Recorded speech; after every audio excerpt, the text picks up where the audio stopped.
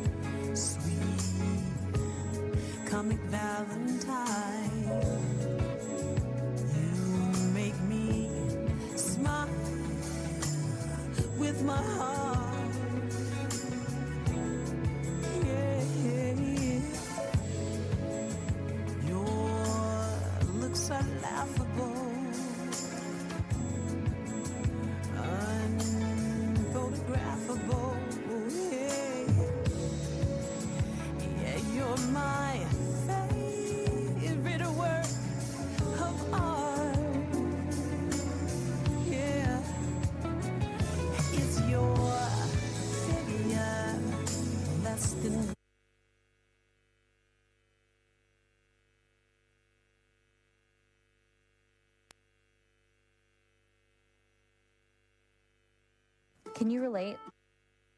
You've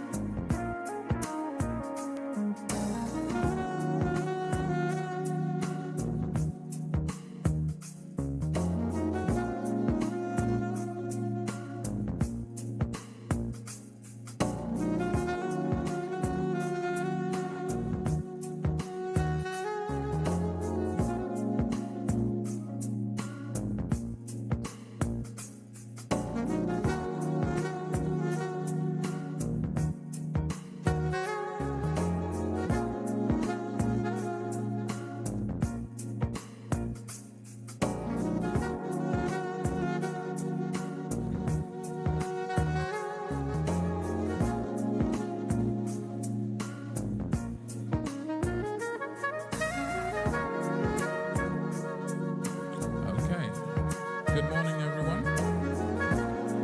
Hello, good morning, everyone. I hate doing this, but I guess it works all the time. I need to put "oh, good morning, oh." It always works, always works. Great to have each and every one of us here. I am Bemileke Oscar Oyinson, your Master of Ceremonies this morning. And I would like to, first of all, thank you all for making it to this event. You could be in a number of places, but you decided to share this special day. I'd like to call the ASAP Day. Just look at your right, your left, just say ASAP. ASAP. And who can tell me what that is? It's not like it's written everywhere in the room. This is, of course, the Anti-Substance Abuse Program brought to you by MTN Foundation in partnership for the last 5 years since 2019. Talking about the NDLEA, National Drug Law Enforcement Agency, and of course, United Nations Office on Drugs and Crime, UNODC. It's a very special event, and every year, the The mission is to shed light on substance abuse. But this year in particular, we're focusing on a theme that is meant to help us reinforce all the work that has been done in the last 4 years. We're going to have a panel session. There will be a lot to discuss and talk about. But first things first, I want you to take just 2 seconds to introduce yourself to the person to your right or to your left and say, good morning, it is your fight, it is my fight.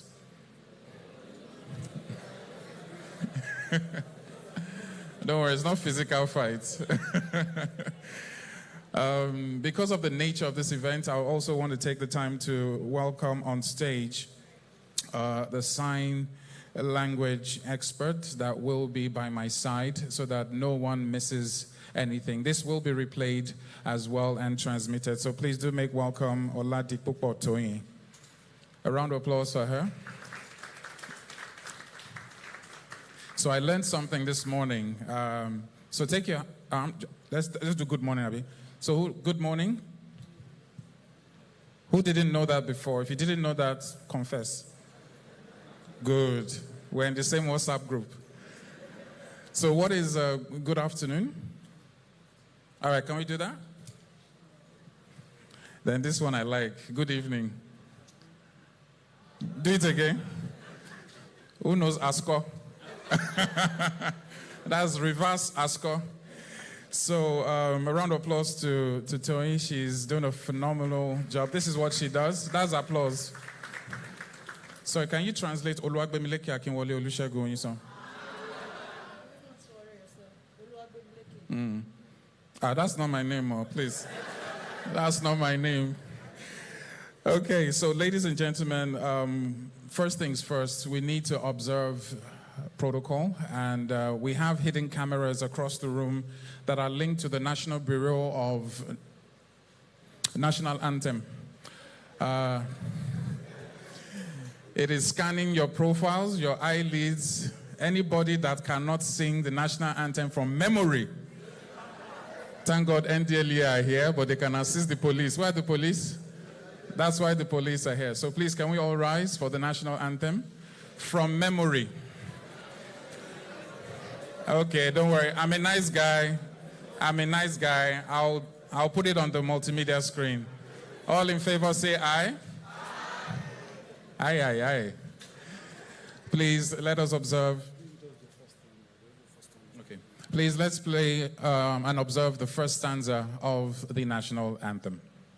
Nigeria, we hail thee, our own dear native land. Though tribe and tongue may differ, in brotherhood we stand. Nigerians old and proud to serve our sovereign fatherland. God bless the Federal Republic of Nigeria. Feel free to give Nigeria a round of applause.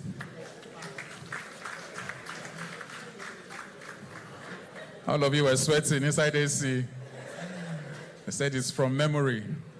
I just got a notification from the National Bureau of National Anthem that everybody passed. So clap for yourself. Clap for yourself now. All of you that are clapping for yourself, you are used to Expo. But that's not what we're here for today. So distinguished ladies and gentlemen, first of all, I think MTN Foundation and MTN generally, the mother master brand, deserves a round of applause for this initiative. It has been 5 years so far, kicked off in 2019, and the initiative is very simple. Between the ages of 10 to 25 years, we are trying to reduce first-time substance offenders and basically try to ensure that not just our youths, but teachers and the general public are sensitized as to, one, the dangers of substance abuse, and two, for those who unfortunately have been victims or have gone down that road, not to stigmatize them. They are human beings. yes, they were exposed to it at some point in time. They're out of it, and you'll get to understand why this kind of initiative is very, very important. Tony, you're good? All right. So I'm slowing down so that Tony can catch up. But this is not something that just came out of a whim. There are organizations and people who have made this movement, I'd like to call, come to life. But before we proceed, I would like to take the time to acknowledge each and every one of us, of course, but some dignitaries who are here with us who have made this event possible. And they're also here to shed more light with regards to why we are here this morning. I do have it on good authority that the Executive Governor of Lagos State, Mr. Babajide Olusola Sanwo-Olu, is going to be available, but ably represented by the Honorable Commissioner for Youth and Social Development in the person of Mr. Mobolaji Ogunlende. He will be here in a couple of minutes, so we'll do that when he gets here. I also like to acknowledge the presence of First Lady of Lagos State in the person of Dr. Mrs. Ibijoke Sanwo-Olu, ably represented by the wife of the Honorable Commissioner for Innovation, Science and Technology, Mr. Tubosun Alake, in the person of Mrs. Omale Alake. Thank you very much for being here, ma'am. We also have the Honorable Commissioner of Health, Lagos State, Professor Akin Abayomi. I like to call him Lagos State's very own superhero, and I'm sure he needs no introduction during the very trying times in Lagos State, COVID and all whatnot, ably represented by the pharmacist Moses F. Awolola, Director of Pharmacy. Please stand up for recognition. Thank you very much for being here. I would also like to recognize the presence of the special advisor to the Lagos State Governor on SDG, the person of Dr. Oreoluwa Fini. We'll be here because he's also going to be speaking as well. I'll acknowledge when he gets here as well. We also have representing the Committee of Lagos State Wives Officials, CALSO. It's always a tongue twister. In the presence of the wife to the SA to Lagos State on Environment, Mrs. Bolanle Rotimi Akodu. Thank you very much for being here as well. Representing the president of the Nigerian Medical Association, Professor Bala Audu, we have Dr. Dapo Adegbaju from the Federal Neuropsychiatric Hospital, Yaba. Please stand up for recognition. Do not think Yaba left. Now you're thinking Yaba left. And as the course unfolds, we'll definitely recognize the presence of other dignitaries. But I want to move on to the foundation itself, the core reason that we are here, and they have been championing this cause as well. We have the MTN Foundation chairman in the person of Prince Julius Adeluyi, OFR MNI. Thank you very much, sir, for being here. Two directors from the MTN Foundation also present here with us in the persons of Mr. Dennis Okoro. Thank you very much for being here, sir. And Honorable Reginald Okeya. Thank you very much for being here as well. And we have the executive director of MTN Foundation. This is more or less her baby as well. Been working behind the scene with the team and making sure the I's are dotted, the T's are crossed, and everything is yellow. Please do make welcome Mrs. Oduayo Sanya. Now, I mentioned earlier on that the partnership between the MTN Foundation, or should I say MTN ASAP, is with the NDLEA and the UNODC, representing the Deputy Representative of the United Nations Office on Drugs and Crime. We have Danilo Campisi here with us. Great to have you. We also have representing the Chairman, Chief Executive Officer, NDLEA, that's Brigadier General Mohammed Buba Marwa, retired. With us is the Assistant Commander General of Narcotics, NDLEA, ACGN, Dr. Shegun Oke. Thank you very much, sir. Please, I'm sure we can do much better than that. I also want to take the time, all the NDLEA officials who are present, please just stand for recognition. Thank you very much. And the reason I'm saying, keep clapping, the reason I'm saying so is to appreciate the work that they do to ensure that these drugs are taken off the street. Thank you very much. Please be seated. We also have okay, there are a couple of names that I will obviously mention, but all civil societies present, thank you very much for being here. If you're here, please just rise so we can acknowledge you. I know I don't have all your names, but I do know that we have the Nigerian Association of Social Workers here as well. Are you there? There we go. So please stand up for recognition. All society, civil society present, please just stand up so we can acknowledge you very quickly.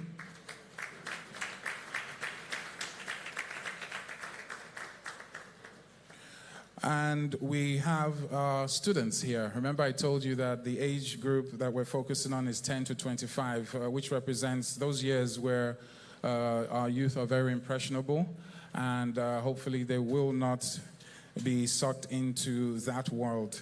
We have two schools here at the last count. That's the Lagos City Senior College and the Obele Community Senior High School. Please stand up for recognition. Great to have you here with us as well. I also want to recognize, I think I just skipped that, my apologies, the director of MTN Foundation who just joined us as well, Dr. Mosun Bello Olushoga. Thank you very much for being here, man. Great to see you. We have a very long list, but trust me that I will get to that as we proceed. Time is fast spent. We have a lot to talk about, to discuss. We have a panel session. We have presentation of papers. But I also wanted to take this time to just bring you up to speed with the good work that has been happening before the chairman comes up for his opening address. So I mentioned a couple of initiatives. So number one, top on the list, we have the advocacy walk. For those who do not know, this is the awareness walk to fight against substance and illicit drug abuse. And this is done in collaboration, of course. There's MTN, NDLEA, UNODC, there's NYSC, Immigrations, Customs, FRC, Nigerian Police. I think I saw some police officers here as well, civil societies, of course, NGOs, faith-based organizations, to mention a few. There's also been the training for teachers. This one I really like. And the essence is because we have students, and the first point of call is that students spend a lot more time in the classrooms than at home. And the essence is, and the objective is to train these teachers in public schools on substance abuse and enable them train the students as well within a 12-week period. 180 teachers from 60 public secondary schools in 6 states are trained for a period of 3 days. Other activities under ASAP campaign is the sensitization on the impact of abuse and the quiz competition. This happened last year, but because of logistics and of course technology, utilizing technology, we've been able to expand that this year, which is ongoing. So this time around, we have a web platform for 86,400 students from 144 secondary schools across Akwa Ibom, Anambra, Abia, Kaduna, Lagos, Niger, Ogun, Plateau, Rivers, Sokoto, Taraba, and Yobe states. And the activity is aimed at increasing the level of students' awareness on the issue of substance. And of course, the last leg, which is where we're here, which is the Stakeholders Forum, which you are part of. So on that note, distinguished ladies and gentlemen, I think you also do deserve a round of applause for being here. It is with great pleasure and honor that I call up on stage the man on the chair. He's at the helm and oversees a lot of the activities. It's not just ceremonial, but he's very much involved, and we're very excited and happy that he is here with us this morning to give the welcome address. Ladies and gentlemen, please do make welcome Prince Julius Adelusi Adeluyi, OFR MNI, the MTN Foundation Chairman, as he makes his way for the welcome address. I'm sure we can do much better than that.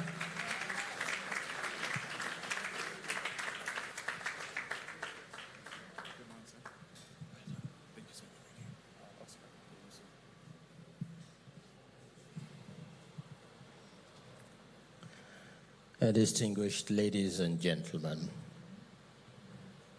I think the MC is doing a good job. Oscar Oyinson, please give me a round of applause. He has spoken like an executive director of the foundation with all those facts. Let me begin by congratulating those of you who are here who genuinely were able to sing the new, old national anthem. It's a dynamic environment in which we live in Nigeria. And we can boast that we have the newest national anthem in the world.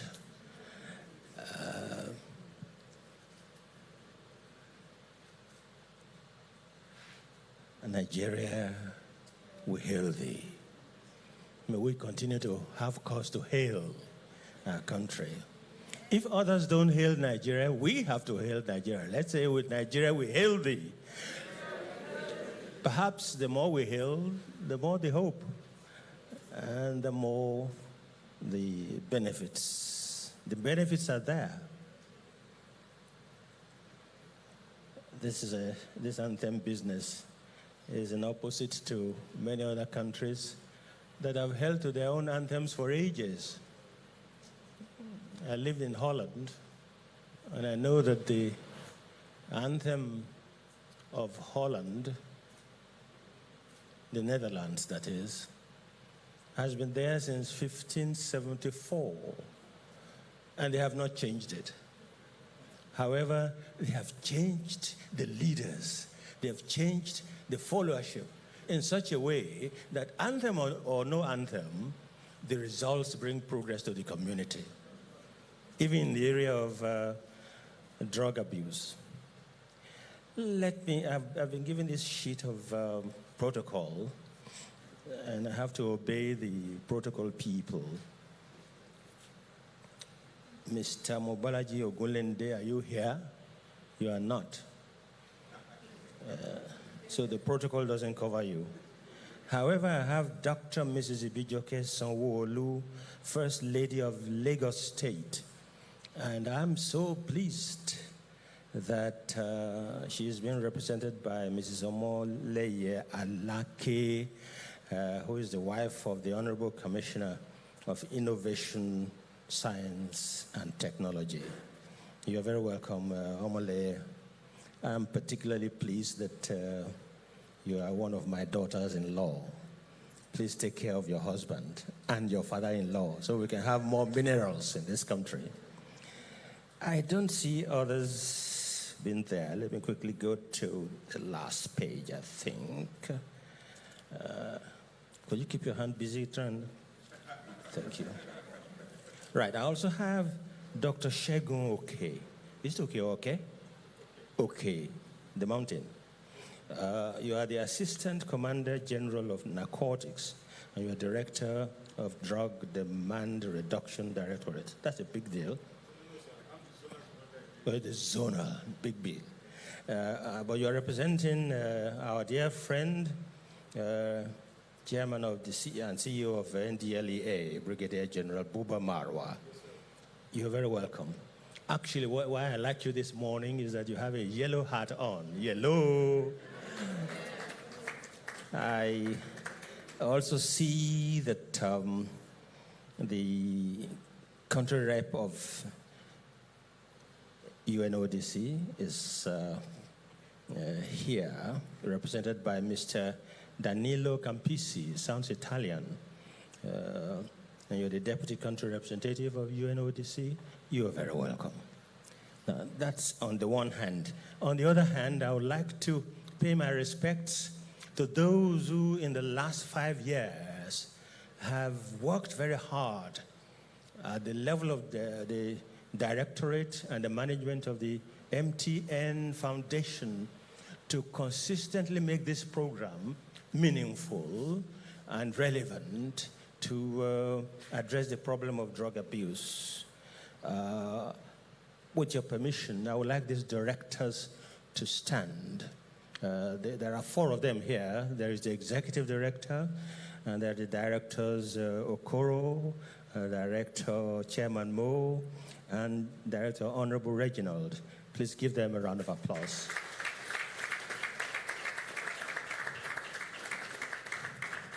Thank you. 5 years ago, we looked at the drug situation in Nigeria, and we said to ourselves, something just has to be done. People were complaining about the situation, but were virtually doing nothing. It was just making speeches, and we felt that it was about time that we did something to ensure that we gather all interested people in this nation to ensure that we tackle this issue of drug abuse. Distinguished ladies and gentlemen, what really happened therefore was we formed what everybody knows as ASAP here. And ASAP has been working hard for 5 years. And the longer we have worked, the more we have gathered a lot of support from all and sundry. And we really appreciate all of you for the support you've given to this program. The truth is that the drug abuse problem is worldwide. But every nation has come out with a formula to tackle their own peculiar drug problem. I mean, in Fiji, the attitude is very different. In Amsterdam, the strategy is different. In the Scandinavian countries, in America, in Saudi Arabia, the reactions of national programs are different. Nobody is going to help Nigeria out of its own imbroglio of drug abuse except Nigerians. And I'm so pleased on behalf of the foundation that you have found time to support this program, because it's a subject that is an emergency. And that's why we want to be able to thank both our major partners, especially the NDLEA and UNODC, for consistently being with us. And I hope you'll take this message back to our dear friend, General Marwa. Distinguished ladies and gentlemen, the issue of the emergence of large quantities of psychoactive substances flooding Nigerian markets, it's obvious if you read the social media and the attendant consequences on the health profile of the people. If we didn't do something about it, nobody else will. And the foundation is very proud to be the focus of bringing people together to address this issue from time to time. Again, we repeat that with the support of the UNODC and the NDLEA, we've been able to do some mileage, and we thank both of you on this occasion. As far as we at the foundation are concerned, we agree with the theme that has been chosen this year, talking about all of us having to get involved. That's also a local adaptation at the foundation level, that we all together must do this together, because in our togetherness, our efforts will be better in the area of impact. The theme also talks about the issue of prevention.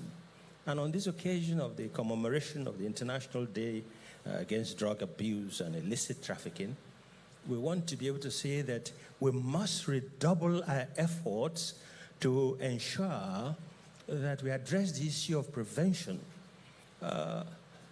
If you look at our own environment, you will find that despite all the efforts we are making, the challenge still seems to persist, if not get worse. It reminds me of what a young lady called Anne Fletcher said several years ago. Anne Fletcher was born in a place called Michigan in 1966, and she became very famous as a filmatologist, and she made very many films. But one of her expressions says that there's nobody who can stay recovered unless the life they have created is more rewarding than the one they have left. In other words, you can say drug use, drug abuse is bad. You can even win a few people who leave that climb of the drug world. But if they find that having sanitized, quote and unquote, their situation, the real world in which they exist is worse than the one in which they have tried to exit, they will return. There will be a relapse. So the challenge is not only for us to continue our program, but to ensure that the atmosphere, the Nigerian space, is such that it does not really drive people into returning to those things.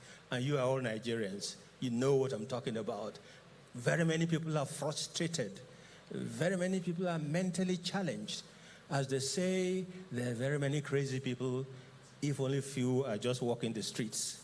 And therefore, unless we sanitize the environment and make it healthier, in vain, you will be trying to do some people good by bringing them back. Also, we feel that in the area of ensuring prevention, we can learn from other climes. And I know that there are some professors in other parts of the world, in the US, for example, and England. Take the example of Professors Lever and Clark. In 1965, they had written a very well-informed paper as to how to get along stages of prevention. And they came with what they called a socio-ecological framework. And they identified 3 steps, and they called it primary, secondary, and tertiary. The primary is very easy to address. At the primary level, you want to make sure that you make the young people especially understand the risks of getting to this. And you make sure that they do not fall into temptation from peer pressure. At the secondary level, you already know that some people are falling into it. So what you try to do is to identify the exact nature of the impact of addiction on them. The third, the tertiary level, is to make sure that those who are really into it, almost irredeemably, are those who can be so counseled as to minimize the impact of the addiction. Nigerians are cleverer than these professors that I am talking about.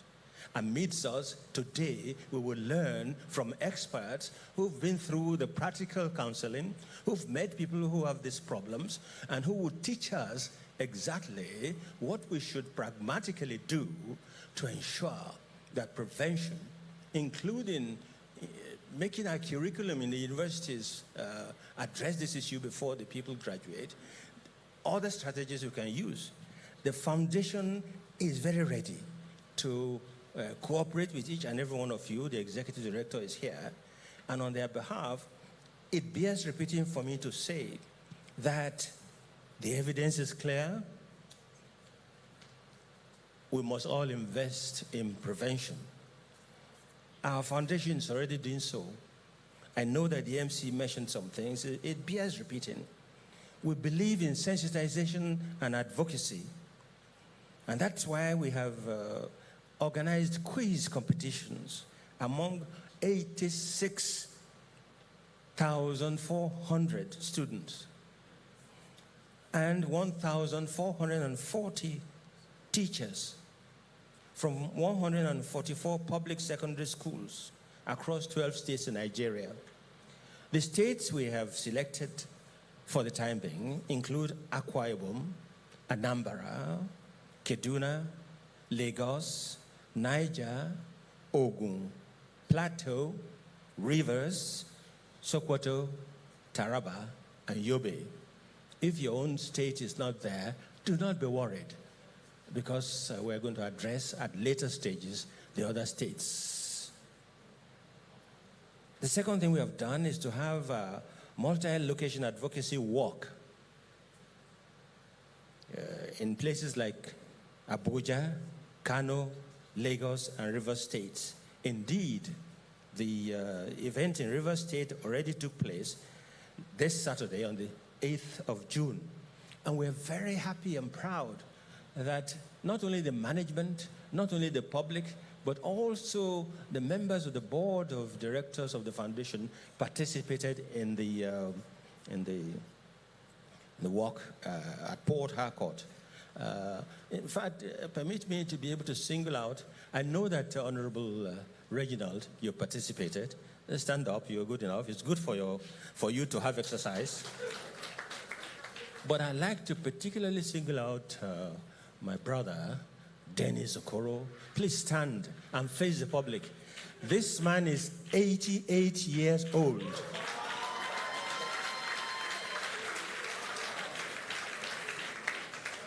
And he participated fully in that walk. Is it for himself? No, it's a sense of sacrifice. And he's the kind of person that will motivate you younger generation. Give him a round of applause.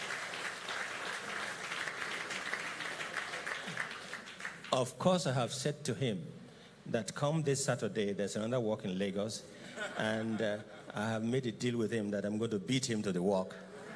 So all of you are invited to participate in this walk, and I'm sure more information will be given to you about this. Also, we have we've had stakeholders conference organized to provide a platform for multi-sectional engagement on prevention and management of substance abuse. This will hold in 2 locations. One is already holding here, and the one in Abuja is to come. And the NDLEA are very good partners in this. Zonal Captain OK. Make sure that the organization in Abuja is fair to all concerned and beneficial to all of us. And finally, we have this partnership with the NDLEA on the 24/7 psychosocial support helpline project, and the numbers are there. Now, I believe, therefore, that the MTN Foundation is doing something that we at the foundation are proud of. Remember, we are working for a cause. We're not working for applause. We have identified a need, and we know that when we follow this need and focus on it, Nigerian people would profit from it, and the international world would know that Nigerians are not, on this occasion, looking for grants and aid to solve their own local problems. Having said this now, I would like to especially thank all our partners. Again, NDLEA, I keep talking NDLEA. Sometimes I think they're all military people, are they? Let's look at them again. All NDLEA people, please rise so let us see you.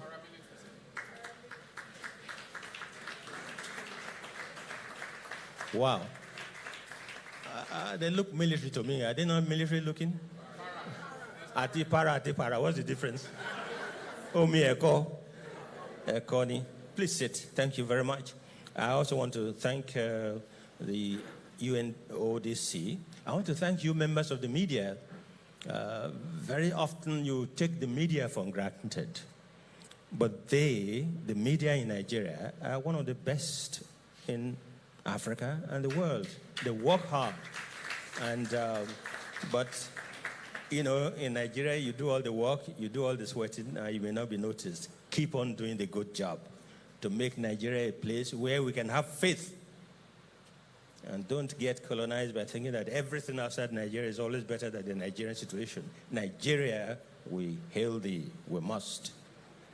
Distinguished guests, as a matter of urgency, we must scale up our fight against drug abuse so that we can, in the shortest possible time, make our nation, Nigeria, a cleaner place, a safer place, a better place for humanity to live in health, and in hope and in self-congratulations.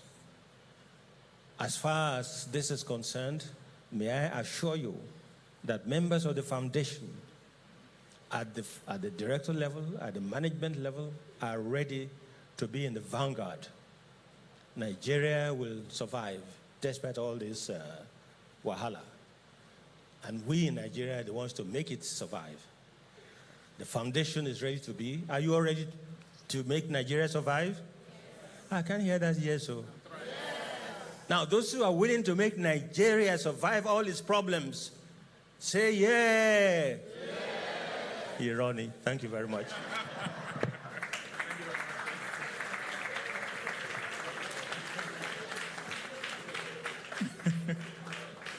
Ladies and gentlemen, I'm sure we can do much better than that.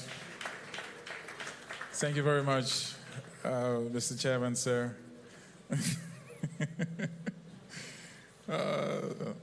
That was not captured on film, was it? Okay. How's everyone doing this morning? Or this afternoon? It's already afternoon. How's everyone doing? Okay, so someone has stolen my sheets of paper. Okay, I think... Okay, I get this. You want me to be on the board of the foundation? Okay. Oh, no, not you, sir. Now that I know it's you, it wasn't stolen. I stole it from you.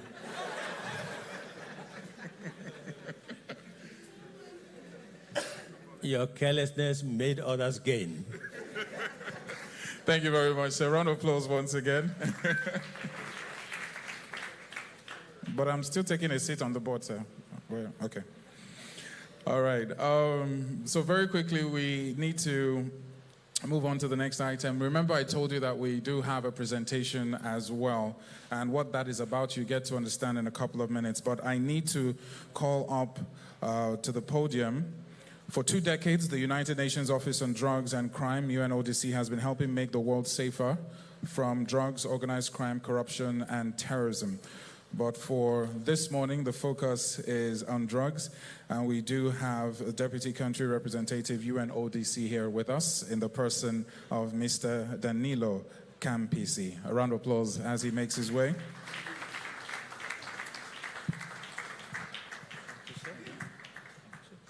What's the name of this lady? The interpreter, the sign language. What's her name? Oh, so this is Good morning, everyone.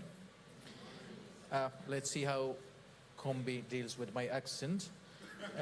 Good morning, everyone. Indeed, I'm Italian, as you rightly said. Allow me to stand on the existing protocol. It would, spare myself to be embarrassed from pronouncing Nigerian names. I'm still not able, despite being here for a long time, I'm not really able to do that, and apologies for that. Let me begin by congratulating the MTN Foundation through its anti-substance abuse program for its commitment and support in implementing projects to improve the country's drugs response. It is a commendable example of public-private partnership working collectively to address the drug problem in Nigeria. This public-private partnership with MTN started in 2019, as has been mentioned already, after the publication of the result of the drug use survey showing the high annual prevalence of 14.4 for drug use, and this is 3 times the world average. In this first phase, MTN, using the UNODC drug prevention, treatment, and care sensitization training package, organized a series of training for MTN influencers in Bauchi, Lagos, Owerri, Port Harcourt, and Sokoto, where more than 150 influencers went through a 3-day training. With this, they were equipped not just to sensitize others, but were now better informed and in a position to encourage the adoption of evidence-based policies and interventions in communities. How's it going so far? The drug use survey is now dated. More recent UNODC, UNICEF, EU report poll on impact of COVID-19 on drug use in Nigeria showed the following. 50% of the respondents felt that drug use had increased in their communities, while only 10% felt it had decreased. 51% of respondents knew someone who had used drugs in the past 12 months. Only 39% of respondents knew where to find help concerning drug use issues. The projections show that by 2030, there will be a 40% increase in the use of drugs in Africa based on the population of young people. Notably, this will be more so in West Africa, as it will become the region with the highest number of drug users worldwide. The theme of this year, World Drug Day, is the evidence is clear. Invest in prevention, and comes very timely in Nigeria. If the country is to take on the challenge of this projected increase in drug use, it is imperative to adopt a scientific, evidence-based approach that prioritizes prevention and treatment. Nigeria must invest heavily in prevention. Allow me to say that UNODC has worked to initiate and have models of various prevention programs implemented in Nigeria, including the Strengthened Family Program, which was implemented in 7 states, 1 in each geopolitical zone plus FCT, the Strong Families Program, the Line Up, Live Up, which is a sport-based prevention program, the Drug Education for School Children program, and the Unplugged program, which is a school-based drug prevention program. Drug prevention remains a key focus of UNODC work in this area, with Unplugged as its flagship program. It is a school-based program that was adapted for Nigeria secondary school, and through a randomized controlled trial, proven to be effective in the prevention of the use of tobacco, alcohol, and cannabis. Students who went through at least 9 sessions of this program showed a reduction in alcohol use by 48%. Besides the preventive effect of the program on the use of drugs by youth, it had the additional effect of creating a more positive classroom climate and learning environment for the students. Many schools recorded improvement in academic performance across all subjects for students that participated in this program. UNODC, in the rollout of this program, had covered all 110 federal government colleges. In the first phase, training 3 teachers in each school. It also worked with 3 state governments, Kebbi, Bayelsa, and more recently Kaduna, to get this into the state schools. MTN Foundation and this partnership had made great strides in expanding this to public schools in 9 other states, 3 states in 2022, Oyo, Rivers, and Sokoto, and further 6 states in 2023. Courtesy of this partnership with MTN Foundation, Unplugged is now being implemented in 425 schools, reaching over 500,000 students.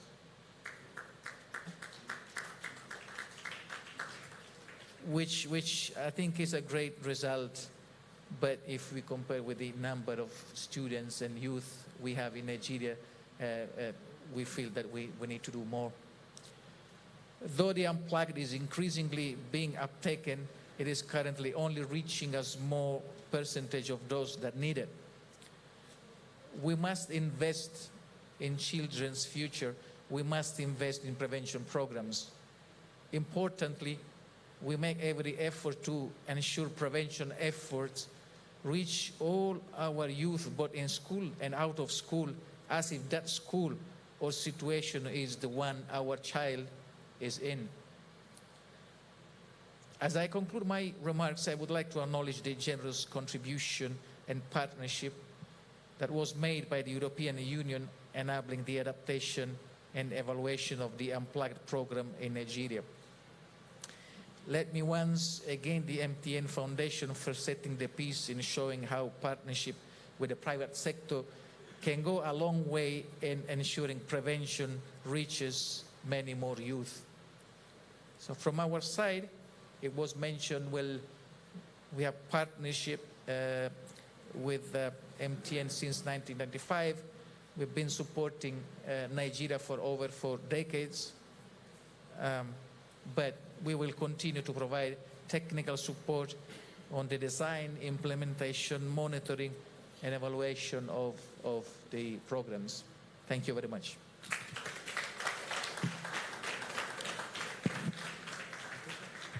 Thank you very much. Bel discorso, signore. Don't worry, it's an Italian thing. You guys can understand.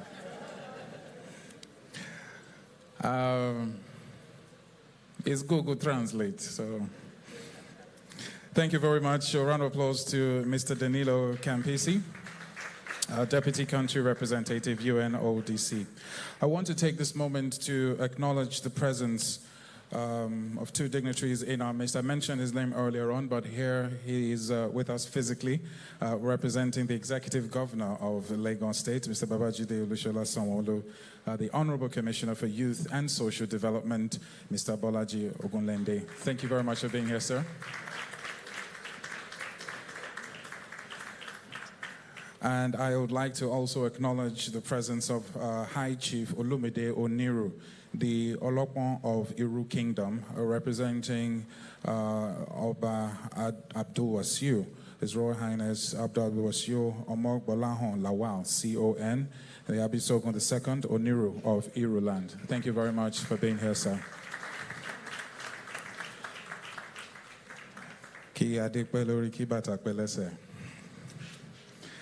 Okay, so ladies and gentlemen, you have heard and will continue to hear from some of the representatives here today. Next up, to give the goodwill message, we've heard his name mentioned about twice or so today, and of course the signature yellow cap as well. Please take the time to please welcome on stage Dr. Segun Oke, ACGN, that's Assistant Commander General of Narcotics NDLEA, representing the Chairman, Chief Executive Officer, Brigadier General Mohammed Buba Marwa, retired. Please, a round of applause. Yeah.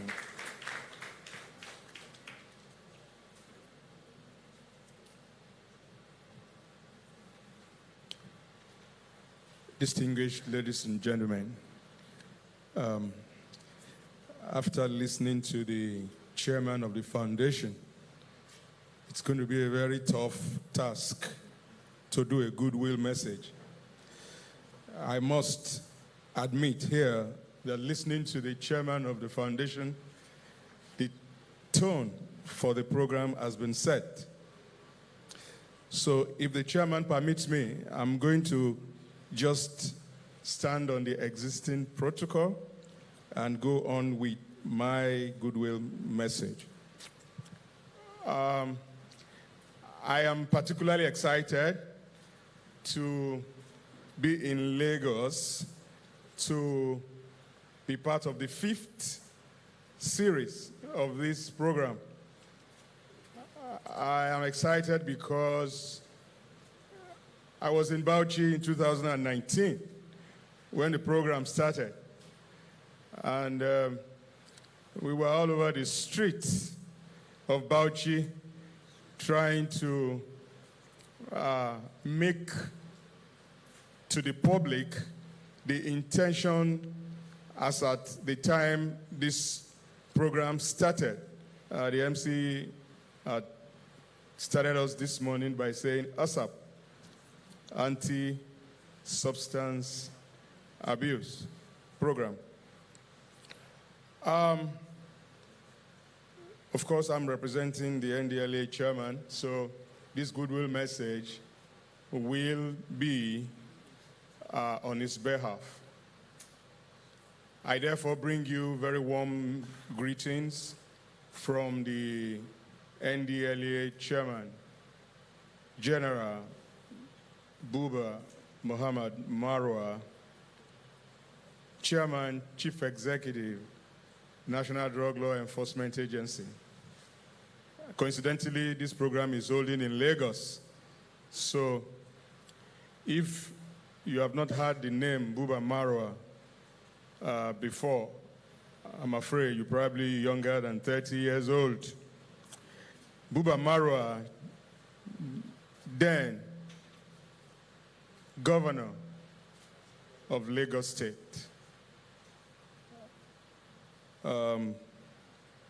That's some 30 years or so. So the coincidence is that Buba Marwa is being represented in Lagos, where he was governor. And I can tell you that one of the things General Buba Marwa did as a governor in Lagos was to create a program that was to counter substance abuse. It's therefore a coincidence, so many years after, you are asking him to come and give a goodwill message on anti-substance abuse in Lagos. I think history already recorded General Marwa long time ago to be dealing with anti-substance abuse. And ladies and gentlemen, I want to say that on appointment as Chairman, Chief Executive of the National Drug Law Enforcement Agency, General Marwa came in to fight a war. And in NDLEA, we have what we call war against drug abuse. So when the MTN, through its foundation, is trying to solve an important problem, we in the NDLEA, under the leadership of General Buba Marwa, were already fighting a war. So in the NDLEA, we have a three-pronged approach. We do what looks like the friendly approach. We go about talking to the public, don't do drugs, drug is dangerous. If you do drugs, these are the dangers and all that. So sometimes you see some of my colleagues dressed like this, like I am, coming to talk in the public. Drugs generally is not good. We go about being friendly, and we call that the drug demand reduction approach, where we come around, talk to the public, you know.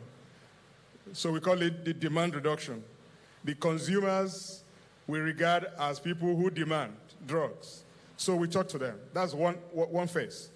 The second approach is the supply reduction, where not very friendly colleagues, not very friendly looking colleagues of mine. The chairman was wondering whether some of us wear uniform. I'm glad to showcase that we do. And those times we wear uniform is because we identify some people who are in the supply chain. They are the dealers. They are what the law regards as the wicked people in the chain. So we counter the supply. One prong, demand counter. Another, supply counter. Then the third one is the prosecution. Once we deal with the suppliers, the dealers, the business, we take them through prosecution, and our partners in court, the judiciary, does what the law has already provided for. So this is the NDLEA approach to fighting this war, which is an international problem. And I'm glad our partners from the UNODC, which is the world platform, are partnering with the NDLEA to bring in international collaboration, international networks, to make sure that at the national level, we are able to bring down this problem. And of course, the MTN Foundation, I can tell you that the chairman, chief executive, NDLEA, is very, very glad about what the foundation is doing with the NDLEA.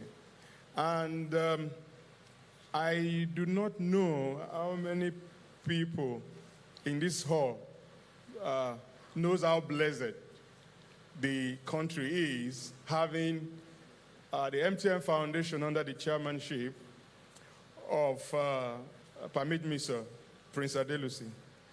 I do know that the chairman is a professional in the area of drugs. I think for those of you who are not younger than me, if you hear Julie Pharmacy, you probably you are seeing in the right direction.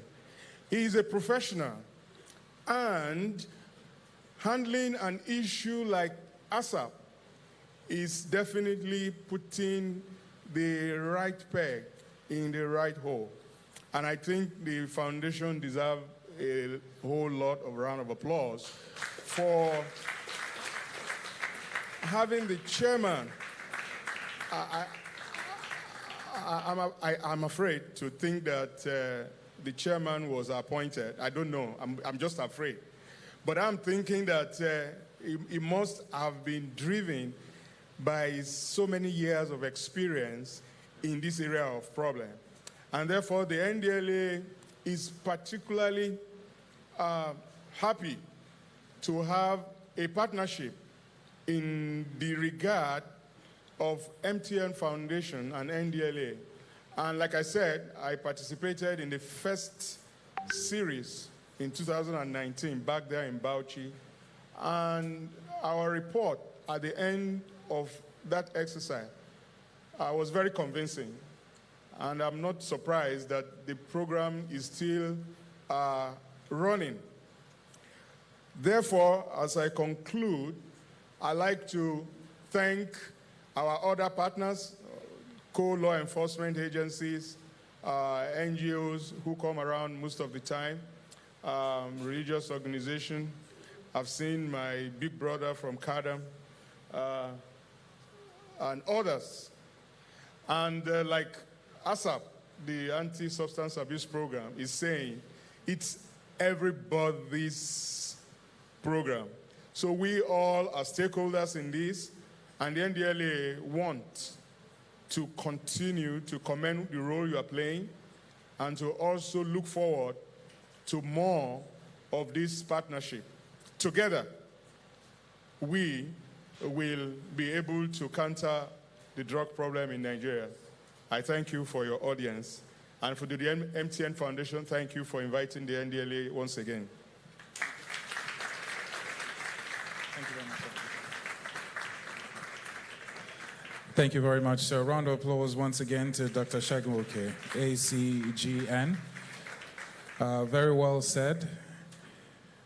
Well, you mentioned that there are those that dress in mufti, and then there are those that wear uniform. Camera, please, can we have the camera on those ladies? And you said that whenever they wear their uniform, that means they're here to cut the supply, or they're here to apprehend. And there are about 9 of them or 10 here. So I just wanted to ask that there's nobody with drugs in this room, but they look absolutely wonderful. Thank you once again for the work that you do. Appreciate that. I want to take this time to acknowledge the presence of the Special Advisor to the Lagos State Governor on Health and the person of Dr. Kemi Ogunyemi. Thank you very much for being here, ma'am. She will be coming up in a couple of minutes to give her goodwill speech, but I'll crave your indulgence to turn to the multimedia screen for a quick video, and then we'll be back after that. STEP activities are designed to achieve 3 major objectives. 1, to equip the youth with the right information on substance abuse so that they can become positive influencers within their communities. 2, to provide a platform for stakeholder engagement and alliance building. 3, to destigmatize users of harmful substances. So far, under the ASAP initiative, about 100 students, 300 teachers from 120 schools across 14 states and Abuja have been directly impacted through the quiz competitions and the teacher training. And over 79 million people have been reached through our advocacy messages.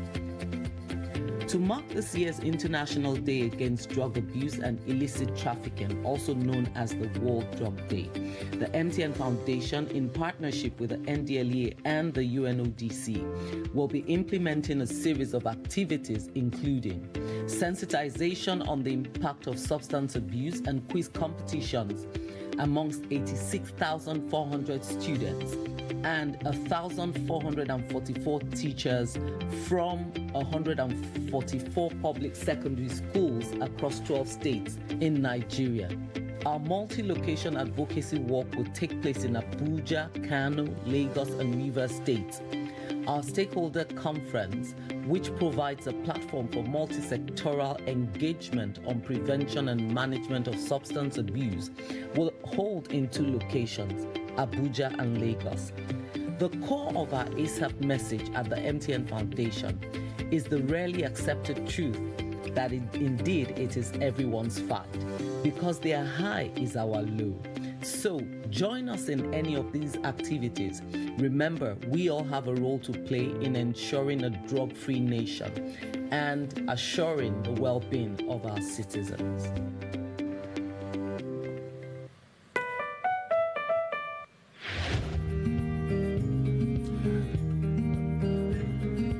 Nigeria is celebrated for being one of the countries with the highest youth populations in the world. However, this population is consistently at risk of being maligned by the menace of substance abuse. MTN Nigeria, through its foundation, takes a keen interest in supporting the hopes and aspirations of our youth population through our many educational and empowerment initiatives specially designed for them. One of such initiatives is the MTN Anti-Substance Abuse Program, popularly known as ASAP, which focuses on reducing first-time substance abuse among young people aged 10 to 25 years old in Nigeria through information dissemination and stakeholder engagement. Since 2019, the MTN Foundation has partnered with the National Drug Law Enforcement Agency, the NDLEA, the United Nations Office on Drugs and Crime, the UNODC, and other key stakeholders to advance this campaign. MTN ASAP activities are designed to achieve 3 major objectives. 1, to equip the youth with the right information on substance abuse so that they can become positive influencers within their communities. 2, to provide a platform for stakeholder engagement and alliance building. 3, to destigmatize users of harmful substances. So far, under the ASAP initiative, about 100 students, 300 teachers from 120 schools across 14 states and Abuja have been directly impacted through the quiz competitions and the teacher training. And over 79 million people have been reached through our advocacy messages. To mark this year's International Day Against Drug Abuse and Illicit Trafficking, also known as the World Drug Day, the MTN Foundation, in partnership with the NDLEA and the UNODC, will be implementing a series of activities including sensitization on the impact of substance abuse and quiz competitions amongst 86,400 students and 1,444 teachers from 144 public secondary schools across 12 states in Nigeria. Our multi-location advocacy work will take place in Abuja, Kano, Lagos, and Rivers states. Our stakeholder conference, which provides a platform for multi-sectoral engagement on prevention and management of substance abuse, will hold in 2 locations, Abuja and Lagos. The core of our ASAP message at the MTN Foundation is the rarely accepted truth that indeed it is everyone's fight, because their high is our low. So join us in any of these activities. Remember, we all have a role to play in ensuring a drug-free nation and assuring the well-being of our citizens.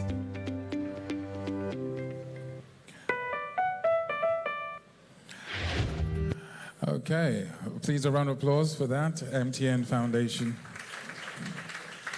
I just asked, what are we doing today? Ask the person to your right or to your left, what are we doing today?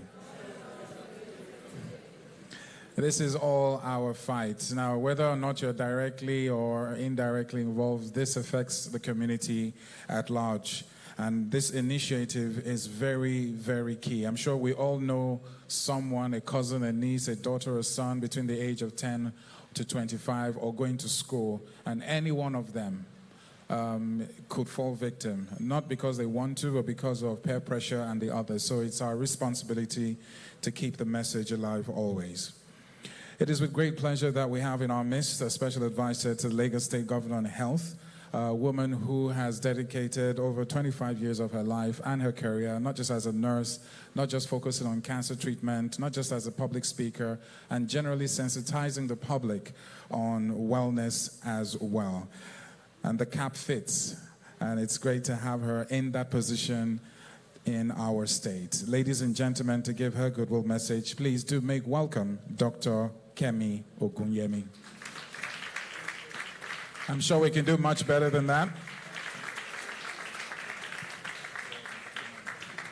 Thank you. The Executive Governor of Lagos State, Mr. Babajide Sanwo-Olu, ably represented by my cabinet colleague, Honorable Commissioner for Youth and Social Development, Mr. Mobolaji Ogulende. Please allow me to stand on the existing protocol. Good morning, distinguished guests, partners, stakeholders. I am delighted to be here today on account of this noble cause towards effective strategies for preventing drug abuse among Nigerian youths. Drug abuse is a public health concern, globally affecting about 296 million people. Nigeria as a country is not left out of this, with about 14.3 million people aged 15 to 64 years affected, representing about 14.4% of the population. We gather to reaffirm our commitment to combating drug abuse and illicit blood trafficking as we commemorate the year 2024 International Day Against Drug Abuse and Illicit Drug Trafficking.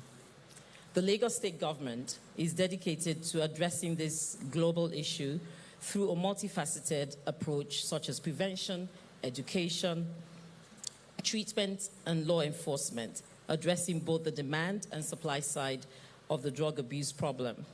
However, we recognize the importance of collaboration and appreciate the efforts MTN Nigeria and other stakeholders such as the NDLEA, the United Nations Office on Drugs and Crime, various NGOs, the PSN, amongst others, for their continuous support and endeavors in the fight against drug abuse over the years, all towards creating a drug-free nation. This is truly commendable.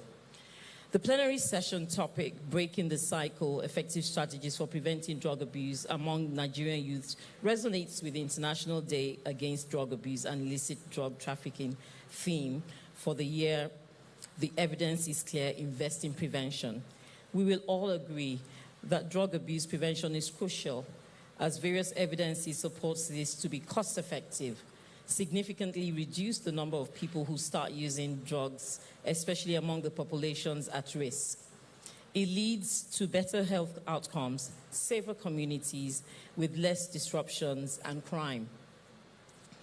The Lagos State Government therefore recognizes the vital role that each of you plays in this effort. Your dedication, expertise, and collaboration are crucial to our success and much appreciated. We owe it to ourselves, our children, and our communities to act decisively and compassionately. I end with this reminder for us all to invest in prevention because the evidence is clear. Thank you.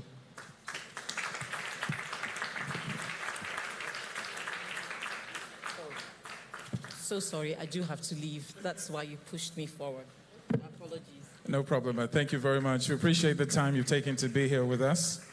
And very well said, considering how much you have to do today. Once again, ladies and gentlemen, please, a round of applause to Dr. Kemi Ogunyemi. So we have, I think we're more than halfway through the program, and so far so good. I'm really encouraged by not just what I've heard, but the work that has been done. So there was a call for papers. That's the MTN ASAP. The theme was advancing evidence-based solutions, a call to action against drug abuse. Of course, you've heard about the global drug problem affecting millions around the world. And this call to action basically was shortlisted over a period of time. The submission deadline was May 28th. And we have in our midst the two finalists who will be presenting the paper. And what they had to do was submit an abstract of not more than 500 words on the theme, which I just mentioned, send the abstract via email, and of course, wait for the call. So two of those individuals did get the call, and they will be stepping up to make their presentation, 15 minutes each, very quickly. So we have an understanding of why they made it through thousands of applications to this very stage. But I want to take this time to acknowledge their presence before we go on a quick multimedia break, and just to make sure that they're here. In no particular order, from Landmark University, Yusuf Abdul Mutalif. Where are you? Congratulations. Please show him some love. He will be giving us his presentation, and a core member at the Nigerian Institute of Medical Research, NIMR Yaba, Faith Adetunji. Congratulations, making it this far. I'll crave your indulgence to turn to the multimedia screen as we have a clip for you, and then we'll hear from our finalists as well. Thank you. Hey, big head. Oh, yeah, sorry. Where are you? I'm at the bus stop. Dinner is ready and mommy wants you to come home. Come in as soon as I get a bus.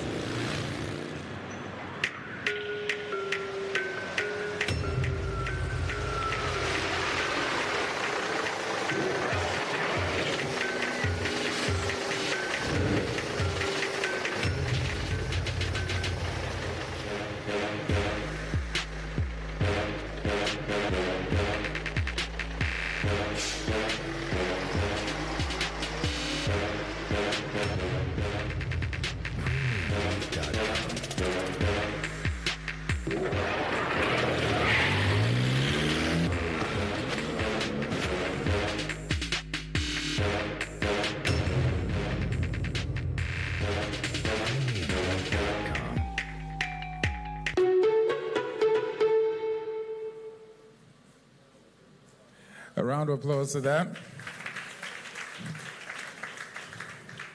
It's only MTN that will make one chance look very sexy. That was very creative, but I think the message is very clear. We do need to fight against this, and of course the information is key, and that was a very creative way of passing across that information. Once again, a round of applause to the team that put that together.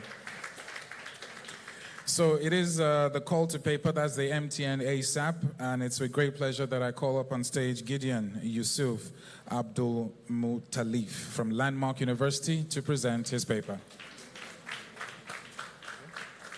Thank you so much, sir. Permit me to stand on already established protocol. I'll be speaking on the topic, Advancing Evidence-Based Solution, a Call to Action Against Drug Abuse. Here is the outline of my session. As a way of introduction, I'll be talking about the term substance. Most of us, we've heard once and again, and I want to appreciate MTN Foundation in collaboration with the NDLEA and UNODC. Thank you so much, sirs, for looking out for youths like I, for looking out for us in the term and regarding substance misuse. So the term substance abuse, or the term substance, have often been known as narcotic substances or illegal drugs subject to legal restriction. But I'll look at it from another point. which is not only legal approved substances, but not only illegal approved substances, I beg your pardon, but also legally approved substances that students or youths often depend on, such as paracetamol, Panadol, caffeine, coffee, etc. So I'll be talking on first, as a way of introduction. We've heard from the director from UNODC. Substance misuse is a global health challenge, a health concern amongst youth, posing substantial economic and psychological issue globally. The drug abuse or drug use continues to increase worldwide. We all know from 240 million in 2011 to 296 million in 2021, representing a 5.8 global population aged 15 to 64. In Nigeria, where you and I belong to, there are over 14.3 million of people aged 15 to 64 who abuse drugs, and this data is not recent. It's according to the National Bureau of Statistics, citing the UNODC in 2018. However, the Southwest region, which comprises of Ekiti, Lagos, Ogun, Ondo, Osun, and Oyo State, have been reported to have the highest prevalence of drug and substance misuse, with a staggering number of over 4.3 million users, most especially in Lagos and in Oyo State. That's alarming, looking at the generation where we belong. Despite efforts to combat this issue, traditional measures such as awareness campaign have often been limited in scope and unable to keep up with evolving drug trends. The current trend now is cannabinoids with a hallucinogen called mpurumiri. Most of us know it. It's one of the malady that's disturbing the youth of this generation. Awareness campaign through the media have been used widely in an attempt to change various health behaviors in mass population. While research has shown that the effect of awareness campaign on behavior modification is minimal. Reason because information seems to have more impact on knowledge rather than behavioral modification. Also, debate exists in another study, and this is funny, that there is a direct correlation observed between exposure to awareness campaign and the use of cannabis, with individuals who have greater exposure showing 20% higher rate of marijuana usage compared to those with less exposure. Thinking that with exposure, there should be reduction. But studies showed that with exposure to awareness campaign, there was increase. This was one of the motivations that spurred me into this research. It explores substance misuse campaign. And I reviewed 4 literatures in line with the 4 objectives I have here. The first was the awareness level of substance misuse campaign. Studies show that, yes, most students were aware. The second was the knowledge level of substance misuse. And studies also show that there were high knowledge level regarding the substances that could be misused. Then the third objective, which is the key and the crux of this, is the impact on behavior and the effectiveness of substance misuse campaign. Previous research showed that, like I rightly stated, that substance misuse campaign had no effect on behavioral modification. This spurred me into the research. If we slide forward, we look at the socio-demographic characteristics of the respondents used, and the unit of analysis was the University of Ibadan student, which was selected in no particular order. My findings showed, going to the findings right now, my findings showed that yes, there was awareness level of substance misuse campaign among students. They were all knowledgeable. That is the second objective. But based on the third objective, which is on the impact of behavioral modification and the effectiveness of substance misuse campaign, it was contrary to what was written, citing Mbutia 2017 and other scholars, that substance misuse campaign actually had effect in behavioral modification. And I show the graph, if you go to the next after the finding, show the graph that most people actually reduced behavior because of the awareness campaign.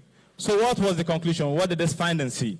And the major conclusion is this, that this campaign has positive impact if only they are willing to inculcate community engagement. And it was discovered that peer-led awareness campaigns are more effective in reaching the younger generation. The reason why this campaign measure was different from previous ones was because most of these campaigns were led by students, were led by people who are in the same age grade with this younger generation. In conclusion, I gave a recommendation. What do we need to do? We should further enhance communication and awareness, improve access to campaign materials, Address stigma and misconception, which is one of the major challenges we saw on the field. Address stigma, and I'm very grateful to UNODC in association with the American Psychiatric Association that brought a term that dissuaded the term abuse and started using the term substance misuse and substance use disorder. Also expand campaign reach, strengthen engagement and follow-up, and finally, evaluate and reevaluate and adapt campaign measures. Thank you once again. From Lamarck University, my name is Yusuf Gideon.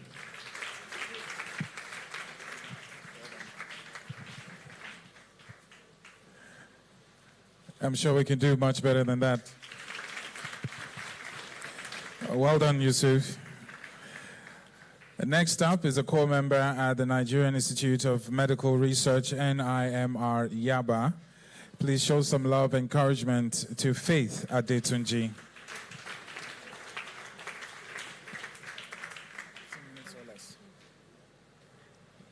Standing on the already existing protocol, I want to appreciate MTN Foundation and also the NDLEA for this great opportunity given to me.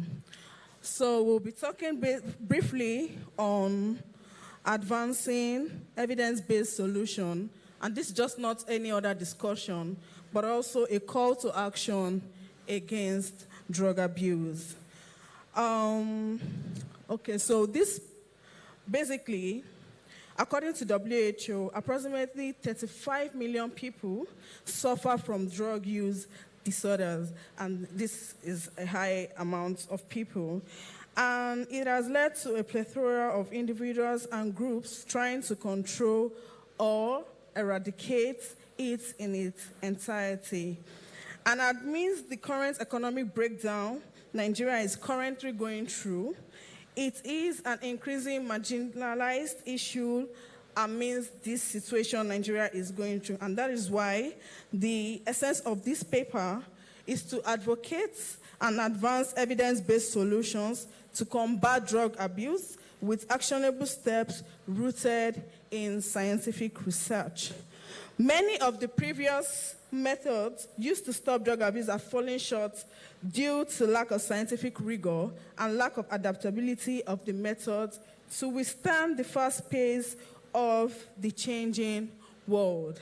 Now, how then do you determine drug abuse? How then do you determine or detect an individual suffering from drug abuse or drug addiction? Drug abuse, determination of drug abuse and addiction involves various tools and methods to accurately diagnose and assess the severity of the condition.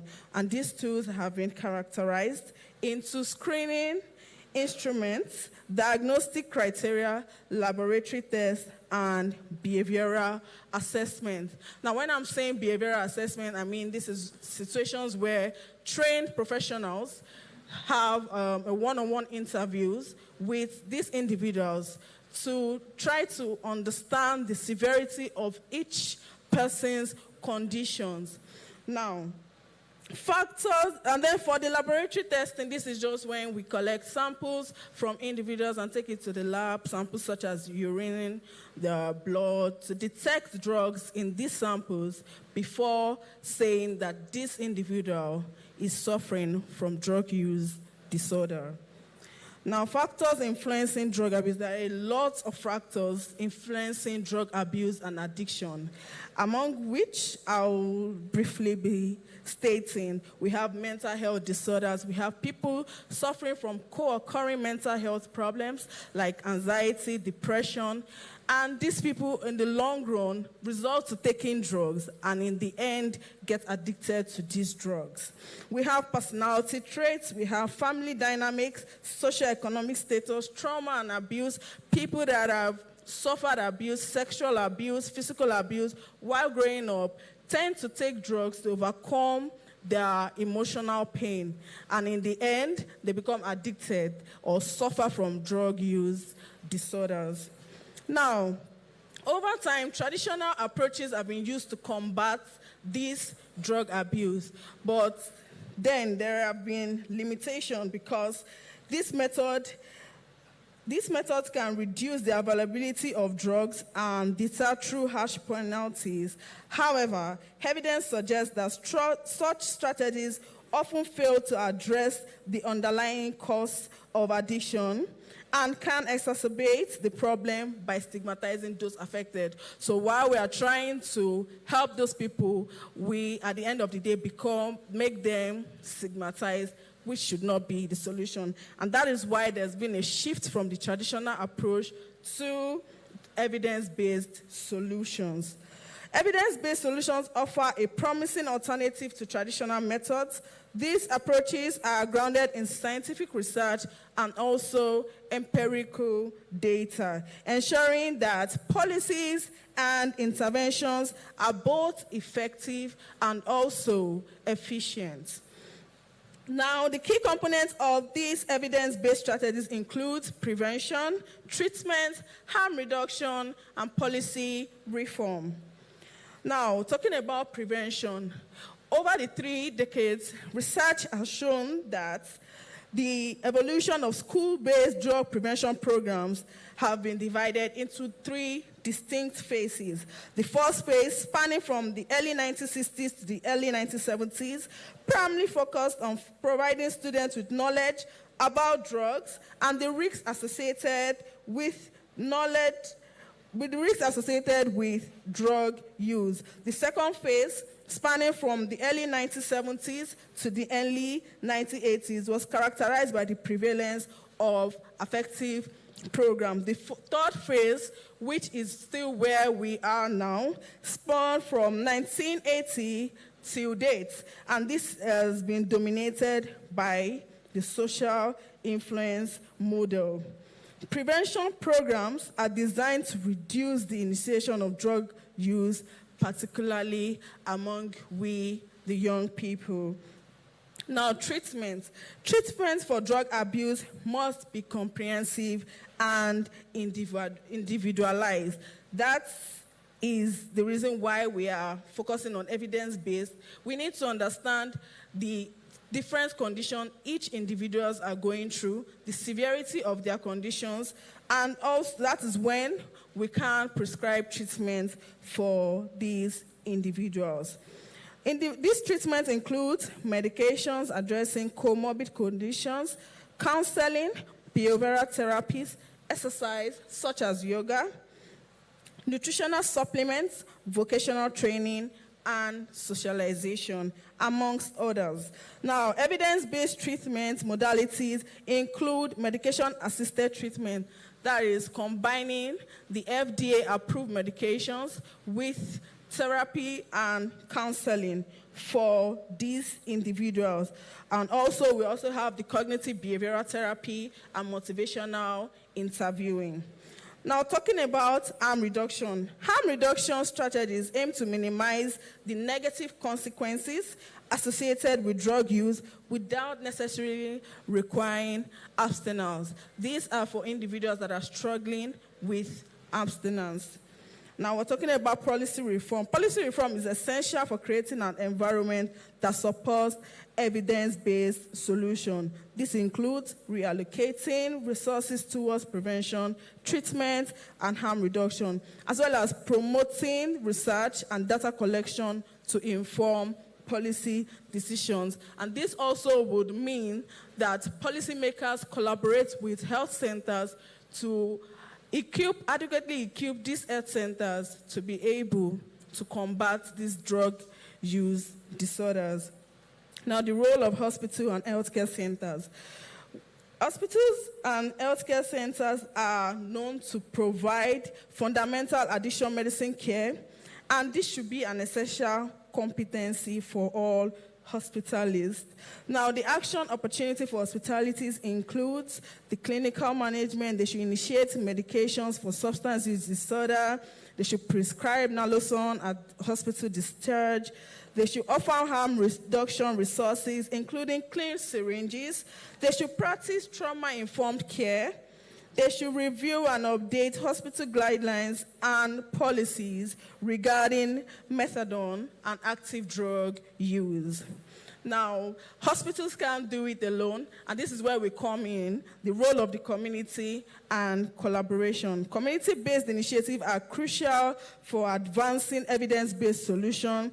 Collaboration between healthcare providers, law enforcement, educators, and social services can create a comprehensive support network for individuals struggling with addiction. Let's not leave them alone. Let's help them come out of this issue. Peer support programs where individuals with lived experience of addiction offer guidance and support are also effective in enhancing treatment outcome and fostering a sense of community. In conclusion, advancing evidence-based solutions in the fight against drug abuse is not just a necessity. It is an ethical imperative. The evidence is clear. Approaches grounded in scientific research and empirical data are more effective in preventing drug abuse, treating addiction, and reducing the harm associated with drug abuse. This call to action demands a collective commitment from all sectors of society to embrace and implement evidence-based strategies. By doing so, we can move forward towards a future where individuals are supported in their journey to recovery, communities are strengthened, and the devastating impact of drug abuse is significantly mitigated. The time to act is now, and the path forward is through evidence-based solution. Indeed, the fight is for everyone.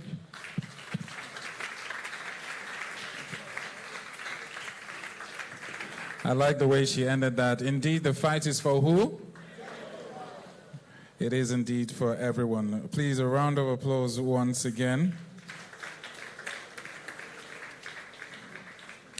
to Faith Adetunji. So we just got a glimpse into their paper, and I'm told that the committee or the board or those in charge will be in touch. But for the effort that you've made so far, please, can we just rise very quickly and give you a round of applause for the submission and for distilling. Please, let's clap for them, please. It's very important. She's more amazing because she's a youth copper, and here she is on a world stage, so to speak. I wish you both all the best. It's not about just the paper they're doing, but the fact that you're involved in this change, and the prayers that we'll see you in certain positions in the near future. Thank you once again for that. I want to take this time to acknowledge the presence who just joined us, the NDLEA State Commander in Lagos State, in the person of Commander Abubakar Layman Wali. Thank you very much, sir. As you notice, he is in uniform. Only a few will get that joke. Those of you setting your bags, don't worry, it is well. It is time for the panel session as it's tied to the theme for today. As you all know, this particular event is the fifth since 2019, and the theme is "The evidence is clear, invest in prevention." The evidence is what? Invest in. The famous Bill Gates once said that treatment without prevention is simply unsustainable, which means that to cut it at the roots, prevent first so that we don't have to treat it. I've been in rooms where discussions have been made about children, young adults who have been exposed to, I like the way, the first one is not drug abuse, it's is it misuse? Substance misuse, I like that. I like that, it's less harsh. Substance misuse through whatever fault or not of theirs, and the stigmatization and the discrimination that comes with it, not just for themselves, but for families, extended families. We need to show them that they are not their mistakes. They are not the drugs that they have misused or the substances that they've misused. They're human beings, and like everyone, we all deserve a second chance. So please, if you do happen to find yourself in an environment, in a room, or someone who is vulnerable to share such information with you, please do welcome them with open arms. And that's why this panel discussion is very important, because we have some professionals that you'll meet who deal exactly with this, and they have carved a niche for themselves in solving these problems, or at least attempting to solve these problems and make the world a better place. In no particular order, I would like to call up on stage for our panel session. There will be a Q&A, and of course, the audience will get a chance to ask questions as well. And it has been, I don't know, I think we need to give a round of applause to MTN Foundation once again. Okay. This is a very deliberate campaign, and the different legs of it all come together to ensure that we know a bit more than the average person, and to spread the word as well. A distinguished developmental psychologist and substance abuse case manager with over 5 years professional experience, currently serves as a facility manager and lead psychologist at A&D Referral Service Center, a renowned drug rehabilitation facility where she oversees case management of drug and alcohol addiction. She's been instrumental in asserting and managing more than 2,000 clients struggling with substance abuse, utilizing evidence-based practices to ensure effective treatment and recovery. She's particularly committed to helping loved ones connect with and support their troubled adult children, especially those dealing with addiction and other psychological issues. She's an active advocate for mental health and family life education, and dedicated her field and holistic approach to therapy. Her work continues to inspire and provide hope to many individuals and families navigating the challenges of addiction and psychological health. Ladies and gentlemen, please do make welcome on stage our first panelist this afternoon, Itunuoluwa Onifade.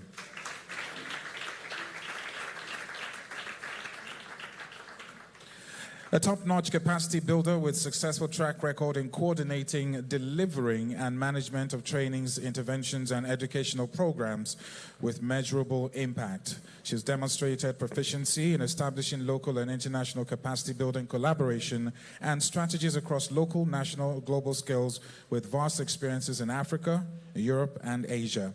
She is a master trainer for UNODC on drug prevention, treatment, and care sensitization, and has been involved in the MTN ASAP and MTN-sponsored unplugged school drug prevention programs across the states in Nigeria. An asset, a national treasure, please do make welcome Maria Ilugbugbe.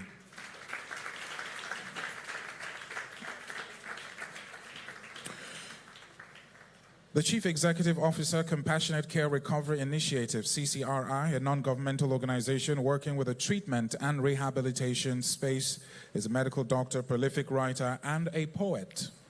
A transformational public speaker and a deeply committed, passionate Nigerian with a heart for touching lives.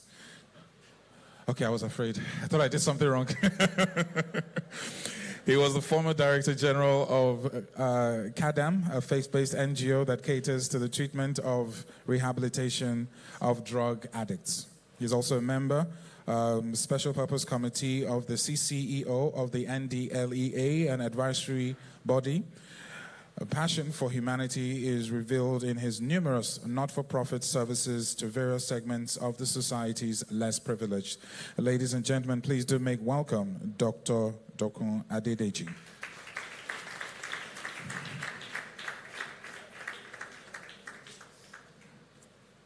An 18-year-old LLB student, law student at the University of London with a strong passion for advocacy and social justice, takes an interest in helping those who are less able to help themselves, such as children and young adults.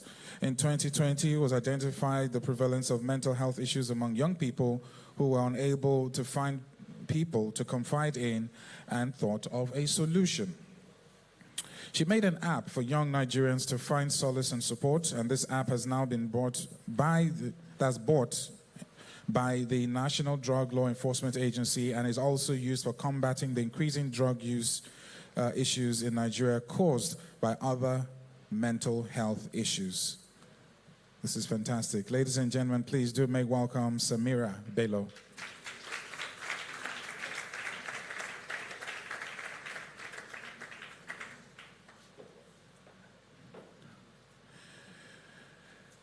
Popularly referred to as the celebrity shrink, multiple award-winning mental health physician, advocate, and coach.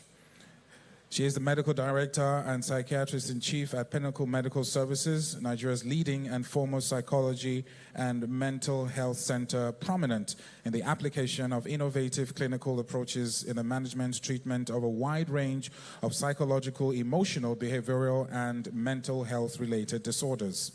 She's a dynamic consultant, neuropsychiatrist, and a fellow of the National Postgraduate Medical College of Nigeria, with almost 20 years' experience as a practicing physician.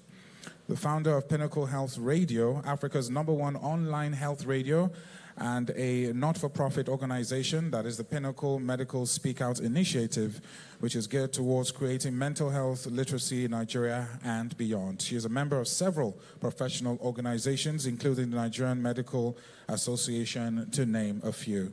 Please do make welcome on stage our celebrity shrink, aka Dr. May, Dr. Maimuna Yusuf Kadiri.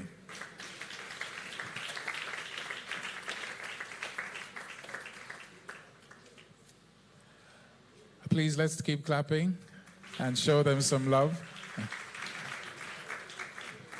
It's very important that we acknowledge the work combined that they all do, because they are the living proof of the things we wish we could do, but they actually do it. So once again, please do give them a warm round of applause.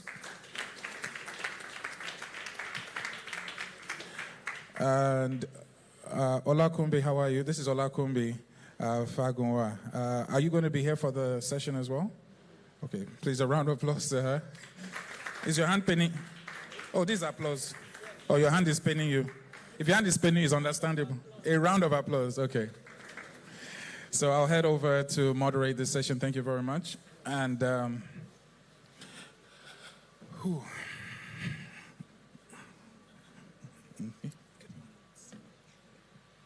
so we'll make this very quick. Oh, okay. We are taking over. Good to see you, Tony. So we'll make this very quick. Ladies and gentlemen, if you do have questions, please feel free to note that. We'll have a Q&A session. But the essence of this particular panel discussion is to touch on the theme, which is the evidence is clear. Invest in prevention. I think I'm the only person here who has had nothing to do with drugs. Did you say recently? Does Panadol qualify as, is medication not drug, I mean? But thank you very much for the work you all do. I'll try as much as possible to run through this. But how's everyone? You having a good time? Are you all having a good time?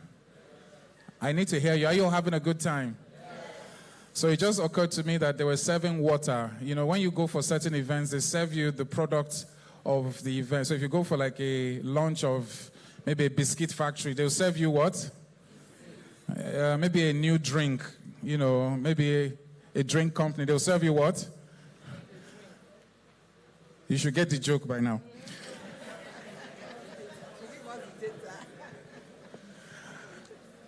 We're not serving that here. Okay, so very quickly, I'll go to my first question.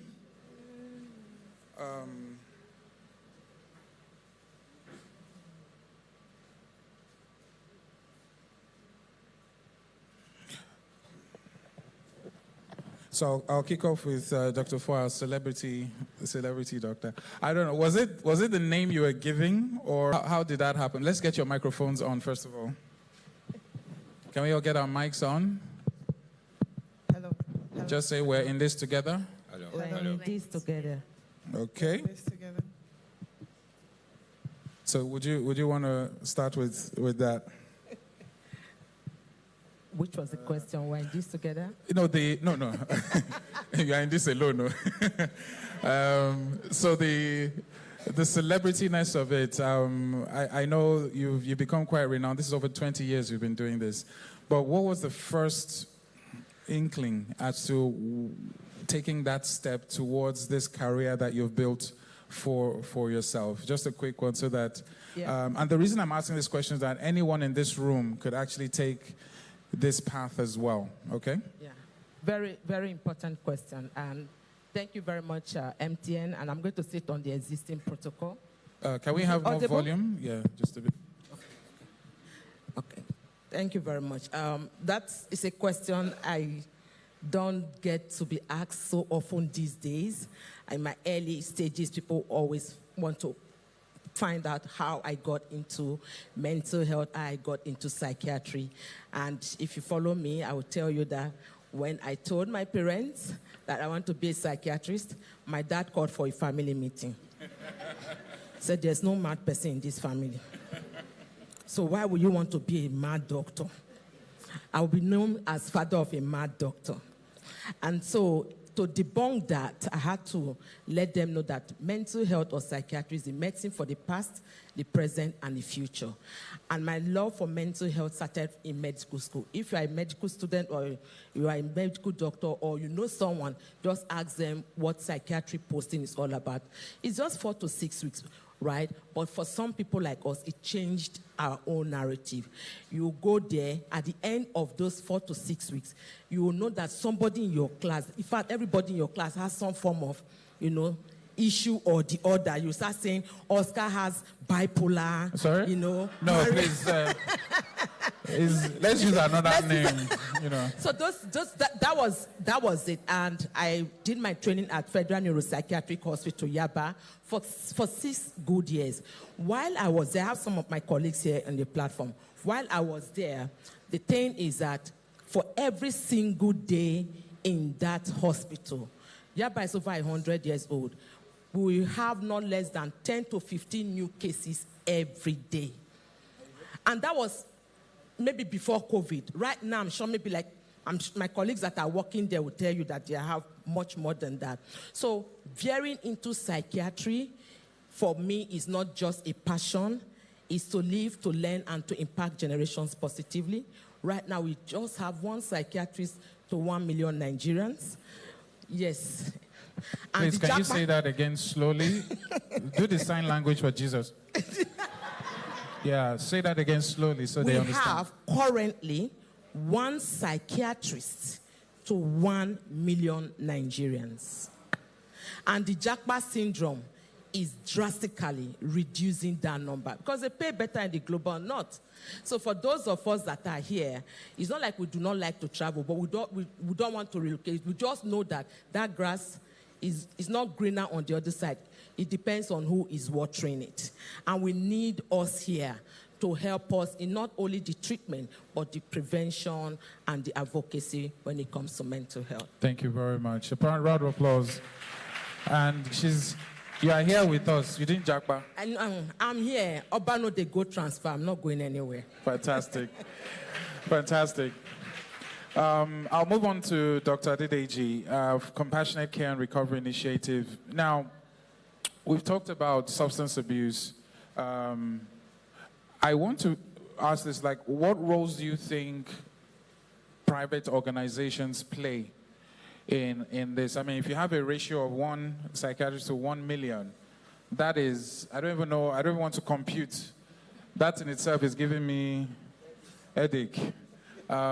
But what role, because there are a lot of private organizations who can do a lot. So let's take it from there. Thank you very much. Even the statistics are probably more worrisome in that context. If you look at the people working in that space, we need a lot more of those centers. If you check what UNODC says or NDLEA, they will say a lot of people do not even have an awareness of where they can get help, no matter how much we talk about it. So I think there should be more room for it. But also we need to be careful as well, because anything in Nigeria that we start becomes commercialized and people turn into money making. I think it must come from a determination to help people and then to offer services. Not necessary, because whilst I was in Kadam, for instance, we had a center, we weren't charging a dime. And anytime we were taking people, we were interviewing about 5,000, only to take only about 100. And then so you can begin to understand a lot of people that need the help, but they can't get it. So I think one of the challenges that MTN is instituting and the government should be more involved in is the fact that government should encourage private organizations to do it. I don't think it's something that government should do. they don't have the capacity to do it, and also the personnel, and also because working in this kind of space is not about it's not only about book knowledge, it's about the ability to empathize and give help as much as you can, and put yourself in their own context, and then get better results. I think private organization needs to do a lot more. We can if we get the help. Thank you very much. I think that leans more on policy and enforcing policies to ensure. If you had a magic wand, would you mandate the way you have tax, if you had a way, would you mandate every private company to be involved in this kind of initiative? You see, I think that is one thing we need to preach. The private organizations are living an illusion, thinking that, oh, only people outside use drugs. They're joking. Many of their staff are using drugs. And so they need to come to that awareness. And you know, because organizations think cannabis is the drug. There's so many sophisticated drugs that people use, even locally concocted, and people use in the office. And I think one that should be an opener to us, the survey did by the NDLEA in Ondo State, amongst coppers, they found that about 40% of coppers in that year were using drugs. But where do coppers go? They go to offices. They go to those organizations, and they are setting up seeds of users. And so organizations should wake up and take it as even one of their policies, domesticated policies, to help their staff. And also to know that it is not punishment. It is not punishment. But it is not reward. No, it's not reward. But what I mean is they need help. Yeah, I know, I see, understand. I've helped a lot of people, we've helped a lot of people who were students, who were rusticated. And then they came, they got treated. Some of them are doctors today. You see, people think that if you use drugs, that's the end. It's not. It's not true. They have the opportunity to become who they can become. Because, as I say to people, anyone can use drugs. Because if they put it in spike your drink, they put it in your food, you won't know. And that could just be the beginning of it. So and that's why I like what you said about everyone getting involved in this fight. Thank you very much for that, sir. Yeah, if you want to clap, feel free. Now, Samira Bello, please correct me. Is it 18 years? Yes, 18. Like now, currently, or was it like 10 years ago you were 18? No. That's amazing. What's the name of your app? I think that deserves a round of applause, ladies and gentlemen. What's the name of the app you created? The app is called Kira, so it's Hausa for call, and it was created at first to be like a safe space for young children and youth who needed help with mental health challenges and who couldn't find anyone around them to really confide in. And what we intended to do was make it an anonymous safe space, so people can talk about what they're going through without any judgment, any victimization, any punishment, anything like that. And I spoke at an event where General Buba Marwa was present, and he liked the idea and asked that we included something for NDLEA to be able to track drug users, people who provide these drugs as well, and a space where people can report that anonymously as well. So if there's someone in your area that you care about and you don't like how they're using drugs, or if they're distributing drugs, you'll be able to, report that and also get NDLEA details so they can help find those people. Fantastic. First of all, congratulations on creating the app. I'm not going to ask you how much the app was purchased for. That's not why we're here. But do you have an agent? Who said that? But I'll move on to a very pertinent question. I have a set of twin girls. They're 11 years old, and a couple of people here, I'm sure, have young ones. Now, we are the only Gen Zs on this panel, for example. What? Did you laugh? We're Gen Z, right? Excuse me, please. Please. What's my steez?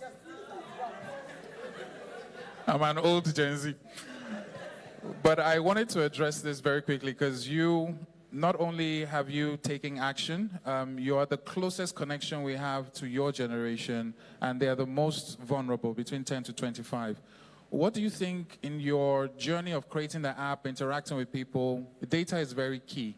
And if you can't quantify it, you can't scale it.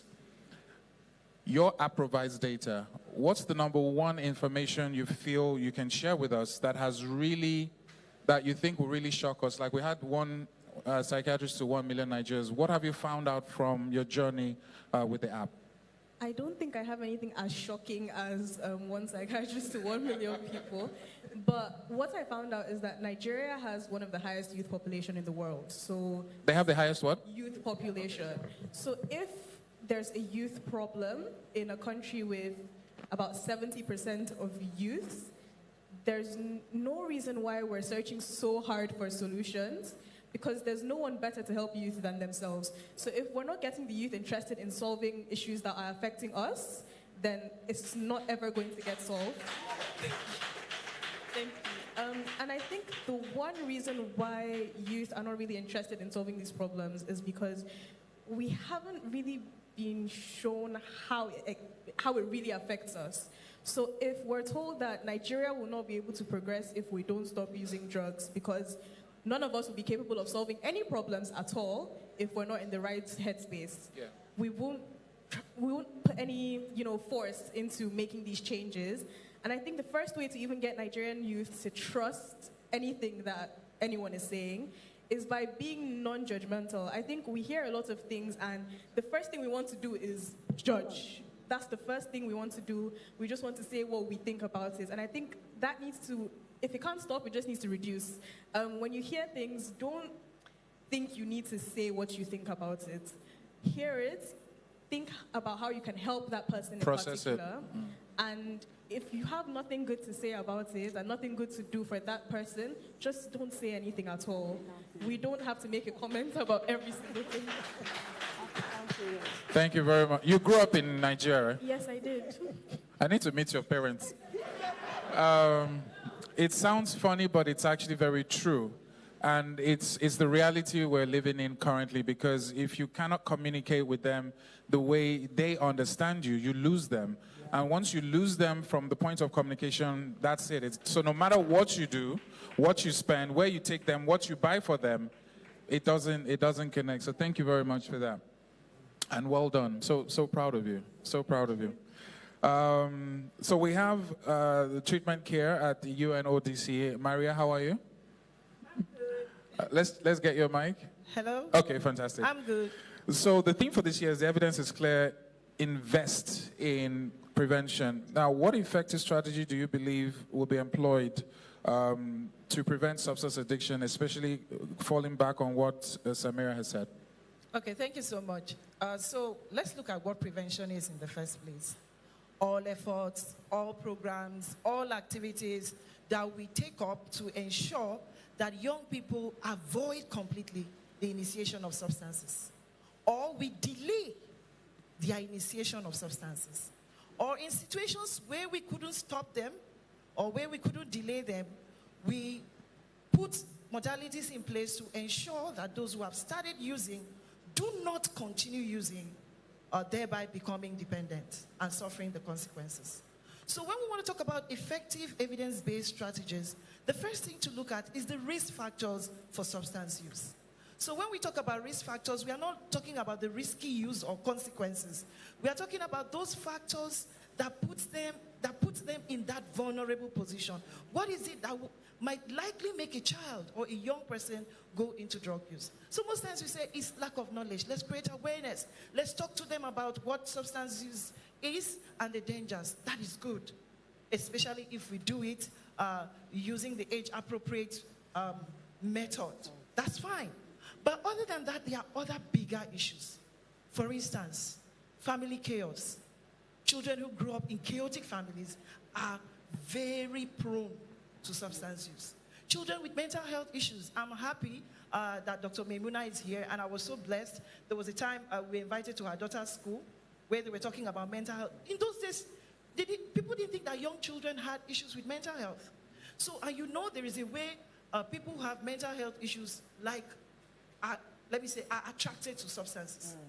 And of course, substances also can lead to mental health. So that's another thing. Apart from mental health, We have children who grow up in marginalized communities. You look at some communities, there is nothing to like about those communities.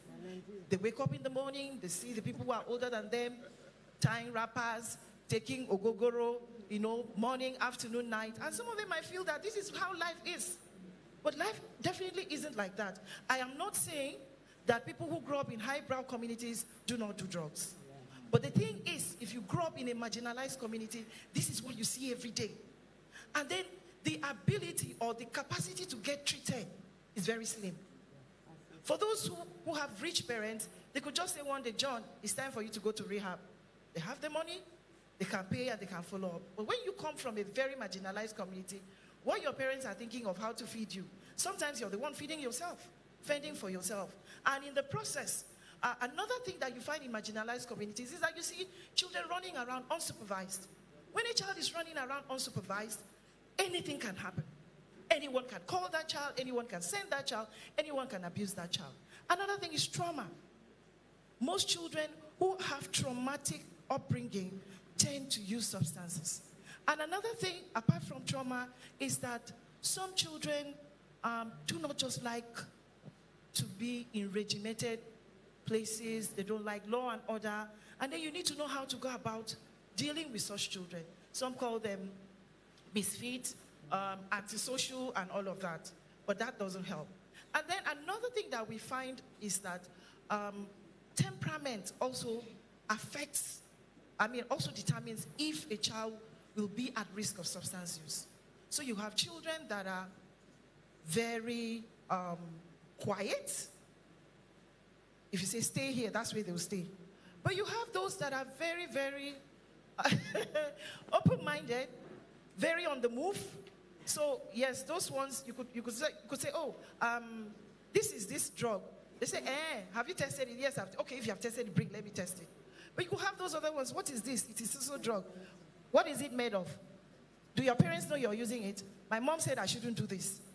So you have that. And then none of those children are born with those kind of, determined or choose to be born with such temperaments. This is how they are.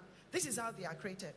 And then another big risk factor in Nigeria is availability of substances. Affordability and accessibility. Substances are everywhere. Some are cheap, very cheap. So these things should not be. And then when we talk about evidence-based strategies, one thing that has been found to be very, very effective is alcohol and tobacco policies. Okay, scratch that. Enforcement. Yeah. Enforcement of alcohol and tobacco policies. In Nigeria, we have the tobacco policy. The alcohol policy is still, how do we say it? It's still in the pipeline. Yes. So we don't even have an alcohol policy. Whereby if there was an alcohol policy, then the policy will state that children who are not up to a certain age should not be able to buy or sell. Are you saying we don't have that? We don't have an alcohol policy. We are still talking about it. We don't. We don't have an alcohol policy. Yes. Yes. And so yes. Was that a surprise to you all? Yeah, and okay. Some people in this hall know it. And then we need to ban the advertisement of tobacco. And then we need to restrict the advertisement of alcohol products targeting youth. Some might say that the more you make things scarce, the more they will want to know and be inquisitive. I understand the strategy, but okay, there's something really going on here. Are we good? But thank you very much. I want to quickly touch on, sorry to interject, I'll come right back to you. Itunoluwa, how are you? Now, okay, let's test your mic. I'm particularly interested in you because you are on the other side of the divide. And what do I mean by that? We've identified the youth or the child, substance abuse, rehab, whatever. I want you to take us to the side of the loved ones, the parents, the caregivers. In your experience, what's the best way to show support, to manage? Because a number of people who are even family members, minus the fact that they might not know how to go about it, they don't want to be associated with the individual, there will be stigma. What has been your experience? And for anyone in this room, what would you advise they do, and what's easy steps to take for the family and loved ones? Because you're an expert in that area as well. Thank you for the question. This substance use, misuse actually affects the whole family, and it has ripple effect on every member of the family. Now, if there is just one individual in the family that is struggling with substance abuse or addiction, the whole family is affected. And even in research, because then it could be frustrating actually having someone who is struggling with addiction. But one thing is that it is a sign of dysfunction. It could also be a sign of dysfunction in the family, whereby each member of the family actually take on roles in helping the individual actually maintain the addictive behavior and the behavior. So we have someone who is the scapegoat, and that's the person that the light is actually on, and the person is, oh, you are the junkie, and you are this, you are that, and everything.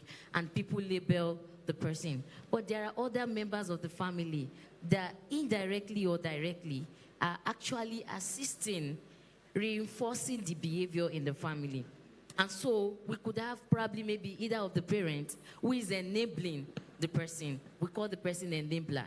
We could have someone codependent in the family who is actually indirectly depending on and deriving some benefits actually from the fact that such a person in the family is addicted to substance. Can you give an example of that? Okay. Take, for instance, maybe someone is addicted to substance. So the person is the codependence can actually now be like wanting to get attention indirectly from the parents, just because attention is shifted to that particular person. So he's now depending on the other person. So now, how do we solve this? Now, when it comes to addiction in the family, we all need to know that it takes a collaborative effort.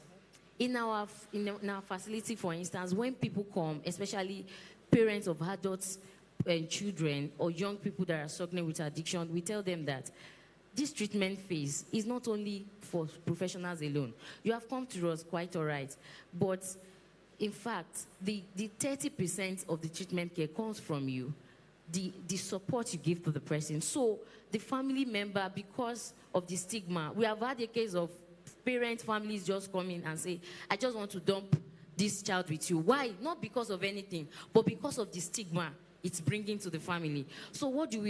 Destigmatize it, enforce it, like accept it that, oh, this is our problem, not his problem, not a problem.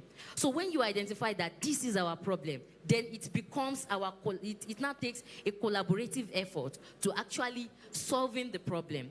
That is one. Two is that, the second thing is that families should empathize and not label or judge the person and begin to say all sorts of things. You have gone to this place, you have done this again. It could be frustrating because addiction or substance abuse is scientists they've called it a relapsing brain disease. A relapsing brain disease. That means there is high tendency for relapse. So when we understand the nature of the addiction of the substance abuse, then we need to also approach it with an unconditional love. Because the person that comes to you and say, Mommy, I will never do this thing again in my life, is coming back again to do it. So it takes an unconditional love to approach it, and then collaborative effort with the professionals to actually intervene in the addiction problem. There might be, thank you for that fantastic explanation. I want to delve a bit deeper very quickly. Now, the reality is that this is Africa. We're Nigerians, there's culture, there's tradition. How much of a barrier is that to parents, caregivers, guardians opening up to someone who needs that love? It's actually, to a greater extent, is a barrier because we've had a case. Let me share an example. There was one particular parent, actually, I think of high status in the society, and the boy is struggling with addiction. So, but he noticed that there is a signage on our rehab center talking about alcohol and drug addiction. So he couldn't enter the office with the boy just because there is addiction signage on the... So it's actually a barrier, but how we can actually break it is, the first thing is acceptance. Accepting this thing that it is our problem.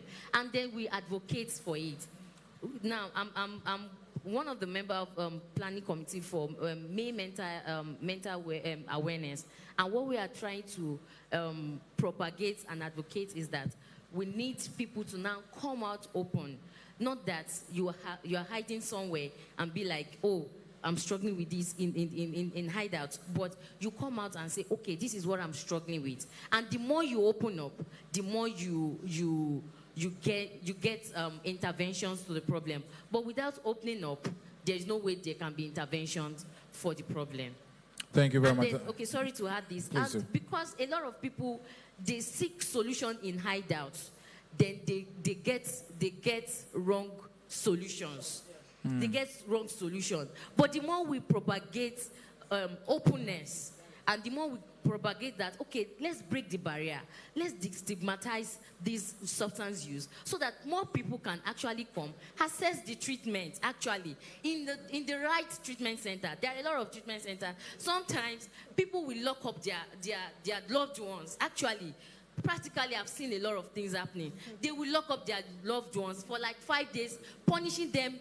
When they lock them up without food, without water and everything, they believe that they will come back to their senses. And that doesn't solve the problem. So the more we come out to the open, the more we open up, then the more we can access quality treatment center, quality treatment care. Thank you so much. Thank you very much for that. Any questions in the audience? Let me just get a sense of those that have questions. Oh, yes, sir.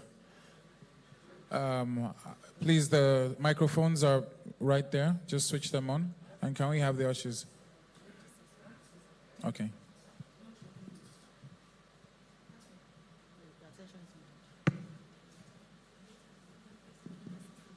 Accessibility. Okay. It's on, sir. Okay. Hello? Yes. Hello? It's been an interesting discussion. And I commend the young lady there for what she's doing. She used the word judgmental. Somebody said chaotic families.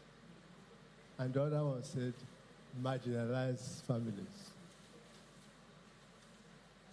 Those are very key words, either in prevention or treatment. It's okay to say private sector should do this, private should come and do this. In all the governments in this country, there are departments guzzling money, social welfare. They sit in the offices. I'm not judging this time because I was a public servant. Some will sit in the office because there's no clear-cut job description when you are appointed, waiting for a file to come from the minister or from someone before he takes action. And yet, what one of the things he's supposed to be doing is walking the street in front of where he looks out of the window. We don't have a human-faced bureaucratic system. Everything is, now I'm appointed. Why do you appoint people without proper job description and then start assessing them? A marginalized family, why are they marginalized? All you can say, because they are poor. Before you can find a root cause of anything, you must ask question 5 whys. Mr. Okoro's family is marginalized. Why are they marginalized? You get an answer. Why is that thing there? You get an answer. Until you get to the root cause, you can never solve the problem. But Nigerians, once you get the first thing, a minister goes to a community, we need a technical school. Then he comes back, build a technical school there. Why? Is that what they need? Why do you need a technical school? We work without figures, we work without plans. Chaotic family. How can you be in a country where a man has nothing to do? How can you? Has nothing to do and has a family and bringing out children who are not sure, they wait, others are going to school, they are at home. And you don't expect them now that they can start looking for ways, either disturbing those going to school, snatching their pocket money or something, and the next thing you bring them, you throw them to the prison. And when they go to prison, they meet hardened criminals. You make them more criminal. They become dangerous. So we should really pay attention to social welfare. It is when the government has its programs mapped out, there will be collaboration from the private sector. You cannot run a government being a private sector. You cannot. Majority of us here, you build a house, you dig your own borehole, you buy generator light. Sometimes you make a road to get to your house, and you're paying taxes, and we are comfortable with that. Somebody yesterday on WhatsApp, in this condition where in Nigeria, if you are eating potato, you should look for cocoyam. If you are eating it, I told him, you must be stupid. How can you lower your standard when you work hard and you're paid the pittance? I'm not playing for it. Let us be realistic and be human. Yeah. This drug issue, can you, during colonial times when we were in primary school, even secondary school, they come to school to look at us. Sanitary inspectors, doctors, examine us, deworm us, give us paludrin for malaria. That's prevention. If you identified as a high level of drug use in a secondary school near you or the colleges, why can't government have a program where surreptitiously you go to that school, talk to children? For example, you said because you have a big signboard, nobody can come and see you. It's simple. Between 2004 and 2005, when the foundation started, when the AIDS issue was prevalent, we were into AIDS. We were working on that for AIDS. We spent a lot of money. But when they wanted to build, when some people suggested you build an office for AIDS, I said, all of us at board decided, put the AIDS department within the hospital, like any other general hospital. So when people come to you take their bloods and do simple, you find that they have elements of it. You refer them to that section, the same general hospital. He goes there, comes out quietly. Yeah. But when you have a big signboard for AIDS, people won't come. I had a student I taught in college many years. He was the immediate past secretary on psychiatric hospital, Mr. Fernandez. I used to visit him.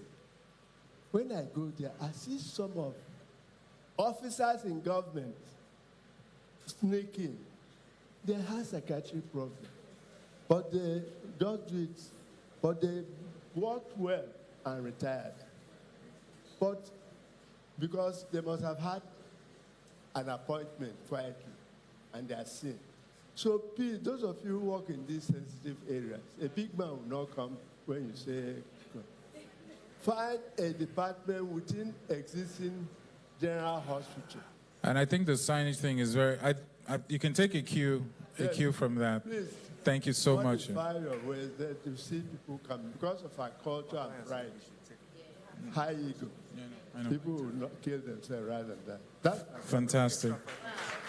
Thank you very much. That's Mr. Dennis Okoro. He's a director in this case, my fellow director at MTN Foundation. For those who are wondering why he's so passionate about what he's saying, he's also into basic education, inspection, supervision, and you know a teacher when you meet one. Thank you very much for that, sir. Greatly appreciated. We'll take a couple more questions. I'll just move across the room very quickly. Let's start from the lady at the back there. Then I'll move on to this row. I think you raised up your hand earlier on. So let's take the lady. Your name, what you do, and your question. One question, please. One question. Not 1.5, not 1B, 1C, 1D. One. Thank you. What's your name?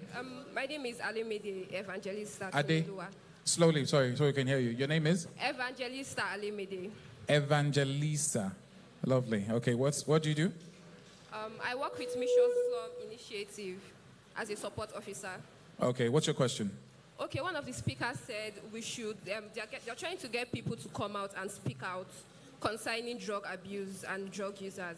So my question is, do we have any safe landing for people who come out to speak out? Because according to the Nigeria law, we get 15 to 25 years if you are caught with if you are caught doing drugs or abusing drugs. So do we have a safe landing for people that actually come out to speak? So when you say safe landing, like not such a harsh sentence, is that what you mean, or?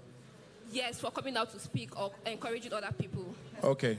Do you understand what she means by safe landing? Yes. Okay. Yes, please do. Sorry?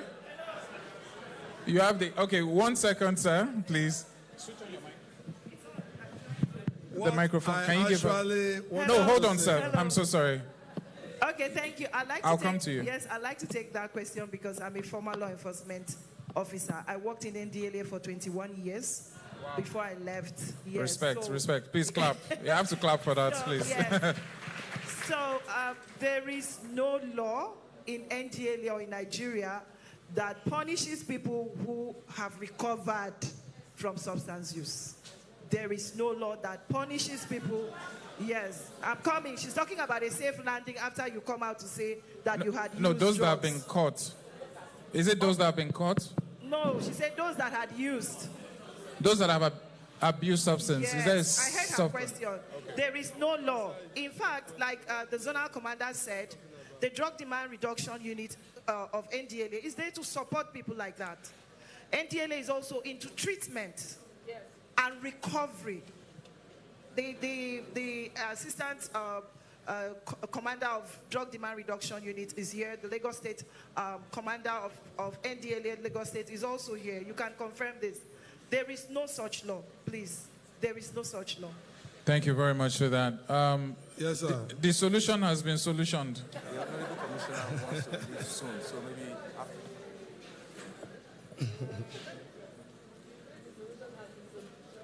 So sorry, very quickly, and Yes, then I would get a question. What's your solution, very quickly, sir? The solution is that I was a drug user for many years. That's not but go on. Because he said there will be stigma. Okay, go on, sir. Standing right there, Dr. Adedeji was my first contact in my drug recovery. Fantastic. I started drug at 13. What's your name, sir? So my sorry. name is Pastor Testimony Alakwa. I'm a pastor. I'm a pastor in the Redeemed Christian Church of God. As a matter of fact, I finished from University of Benin at 21 under Alele Williams. But I used 20 years again for cocaine. In short, the General Marwa, I think he knows me. The last time we met, he said we should do the last prayer. And then I said I would have come to Isheri for recovery, but I opted for Kada. And today I'm a pastor. And he said, let us do praise and worship. Thank you. He was there. That's great. So more grace to the palm of Dr. Adedeji. And no Thank wonder you. he's the only man standing, sitting among the women. Thank you. He's number one. Can everybody give you a round of applause? Thank you very much for that. Pastor Testimony, your parents gave you the right name. A very quick question here, the gentleman in white. Thank you very much for sharing that, sir. All right, thank you. Your name, what you do, your question, very quickly. Is my name. Africa Bridge Initiative, a youth-focused NGO in Lagos. All right, so quick one. We're working with about 200 senior secondary schools in Lagos for the next 1 year, talking about drug abuse, prevention, advocacy. All right, so based on what the MC said, he spoke about the 17 young leaders having a challenge of drug abuse, 17 to 25. But in the course of starting this program in January, we discovered in a particular school in Lagos, as we speak, already as a GSS1, that should be about, let's say, 10 years, 9 years, they already have 3 to 4 such schools. So that is what we find out. So my question, and the suspect is coming from the parents, not even from the students. So my question is, how do we balance this gap that the younger generation are creating, as well as the influence from their parents, making them agents of this substance consumption, selling, and distribution? Thank you. Thank you very much for that. Thank you. Who wants to answer that? I will. Okay. The thing is that we come here, we talk, we go. It's not just the talk. How do we walk the talk? Most substance abuse issues, I'm a psychiatrist. And training in Yaba gave me a whole landscape of global perspective. Most children start their drug use from home. You have parents with wine cellar at home. You have parents that smoke, and you are telling your child, do what I say, not what I do. How? For a child who you are the role model. A lot of things will change if we begin to go back to intentional parenting, walking the talk and changing the narrative, and creating a home climate and safe spaces where you as parents will be vulnerable enough to share your experiences with your children if you are dealing with challenges. And this particularly goes to our daddies and uncles in the forum. Be a man, man up. Men don't cry. A lot of times when you are going with those challenges, you do not share those experiences. And I need to let us know that studies have actually shown us that with what you just said, where's the man? Yes. Half of all mental illnesses start before the age of 14. That is 50%. And two-thirds, 75%, before the age of 24. So it's not news to us if we see a 9, 10-year-old, 11-year-old already doing drugs. Because when children do drugs, most times they do it to feel good, to feel better, to fit in. And these are the reasons coming from dysfunctional family, chaotic home, when they have mental issues, they are looking for that green, yellow, purple, green pill to relieve that pain, that sadness. And when they get it, it begins a process. Addiction is not an event. It is a process. And that process must start from our homes, before schools, and then the larger society. So let charity begin at home. We are the makers, the changers of tomorrow. Parenting is not just being a sperm donor as a man, and it's not just a womb as a woman as to bear that child. We must walk the talk. We must create that non-judgmental listening for our children. We must not be apostolic towards them. We must not criticize them. And we must be able to see that our children are the room, the window to our homes. So let it start from us. Because together, we are stronger in walking the talk. Thank you very much, Dr. May. Final sentence, and then I'll share with you an announcement. I'm coming right to you, so sorry. There's something I've been advocating now, that the religious bodies should go back to the fundamentals, talking about families, enough of prosperity. Because that is the unit. The family is the unit of a society. And then the families now, we need to begin to talk to them from home. And the churches, the mosques, they have a larger congregation of people to talk to. And if we don't begin from there, talking about family, it's so difficult. And we find out that many of the homes, we live in homes, yet we don't live in homes. We live in houses. Yes, we don't live in homes. We don't live in homes. And what do we see? Is it people think they need to wait for their children to be teenagers before they can talk to them? You better start talking to them when they're young, because that's when they get all the notions of how to live. And when you now get to them when they're teenagers, you've lost them. And so it's so important. I think the primary thing is to start from the home. And the other thing that's so essential today is stigma and discrimination. No matter how, the young lady said about somebody coming up, how can she, when the university suspends the student, sends a final year student away because he tested positive? I think it's criminal. It's criminal. We need to change the attitude to those things. Offices will sack because somebody tests positive. And what you then do is that you have made it under the table. Everybody will be hiding it. I think we need to take a general attitude. We should go back to those basic things so that we can help our society. Thank you very much for that. So, final. Okay, so I just want to talk in terms of stigma and our approach. I feel a bit disturbed when you say, when you refer to the students as suspects. It really tore my heart apart. So I think we need to do something about our language. Yes, these are children who are victims of circumstances. They should never be seen or referred to as suspects. Thank you. Thank you very much for that. Ladies and gentlemen, I want to crave your indulgence. For those who have questions, just signify. Okay, so what we'll do is we'll hold on. I want to take this last one, and then I'll move on because the representative, Mr. Governor, the Honorable Commissioner for Youth and Social Development, needs to go. The student over there, because they are the reason we are here. His name, your question. What's your occupation? Okay, sorry, we already know that. What's your name? My name is Chibike Mesoma. Chibike. From Obele Community Senior High School. All right, what do you do? I mean, what's your question? Sorry. So my question is, most of our parents feel like at the teen age, we already know right from wrong. So they don't bother sitting us down to educate us about drugs. Many of our mates has confirmed this. So why is that so? Why do parents assume you know right from wrong? They don't sit you down to talk to you. Why is that so? That's a very deep... Oh, I was just going to throw it because I was like, you're the perfect person to answer that question. And that will be our final question for now, ladies and gentlemen. I think sometimes we assume that our parents know it all and that they don't need to be educated themselves. And one of the most important parts of this whole campaign, whether it's Nigeria or abroad, is education. If we're not teaching the people who are supposed to teach us, it's never going to happen. Yeah. And we can't just focus on our parents alone because our parents are being, they're being told different things from other people.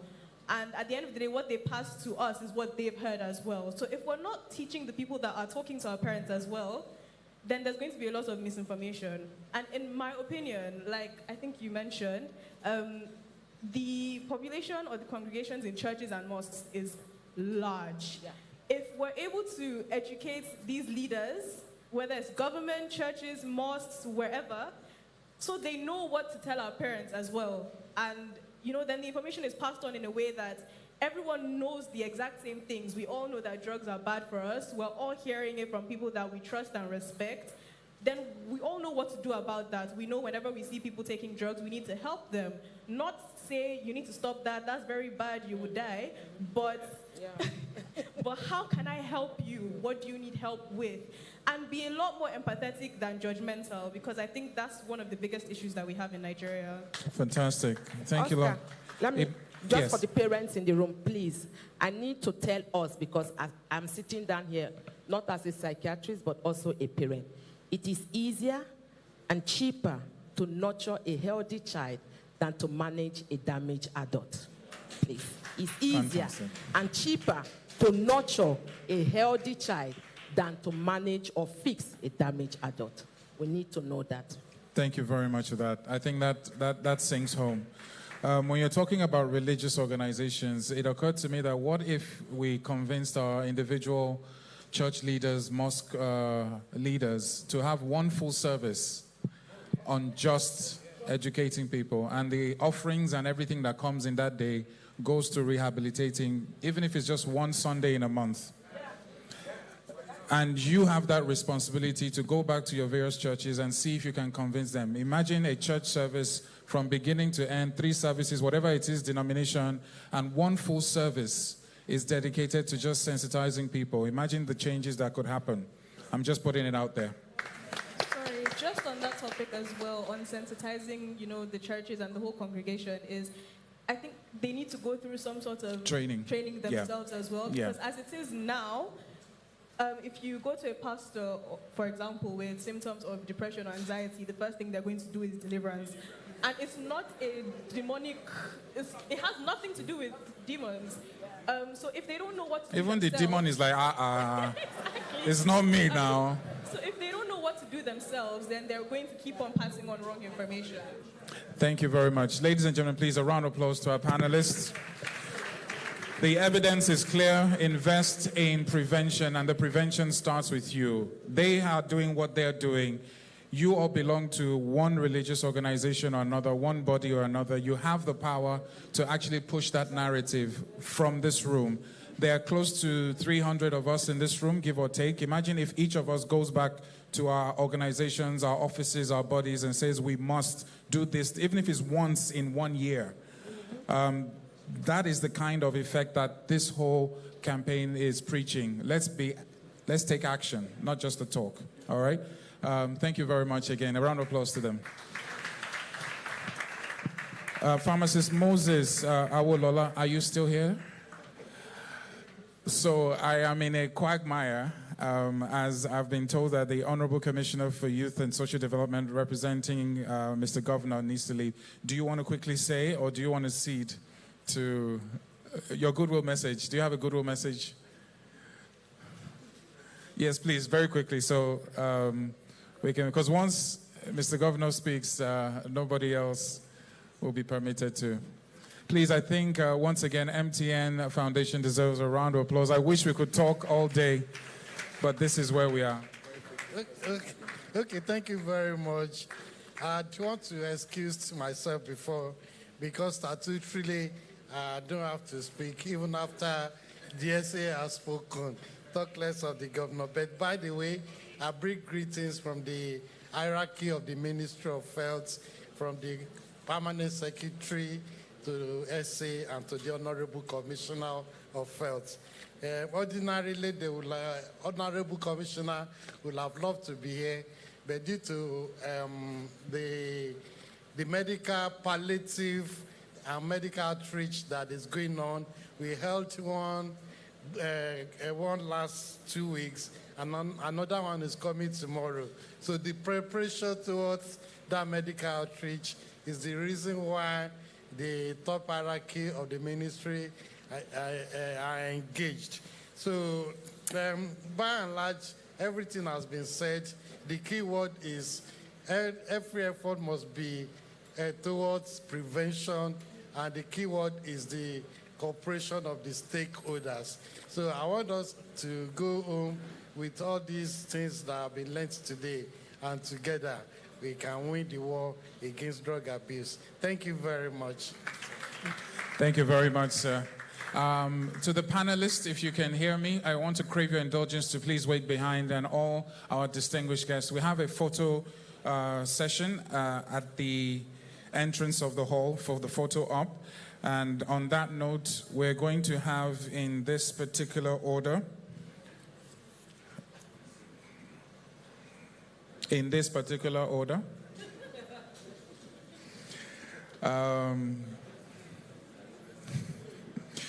going to have, of course, Mr. Governor come up on stage, and after that, we're going to have the vote of thanks by the Executive Director of MTN Foundation, Mrs. Oduayo Sonia.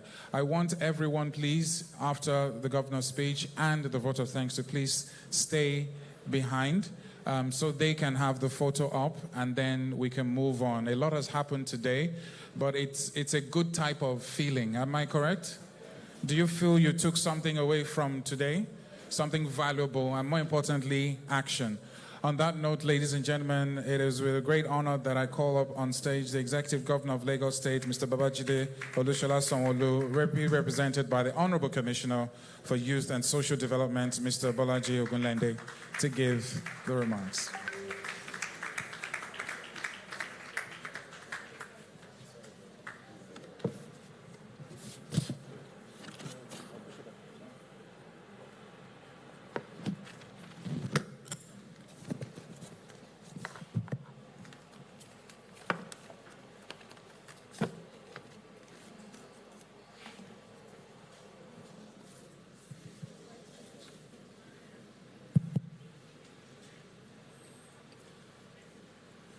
Good afternoon, everybody.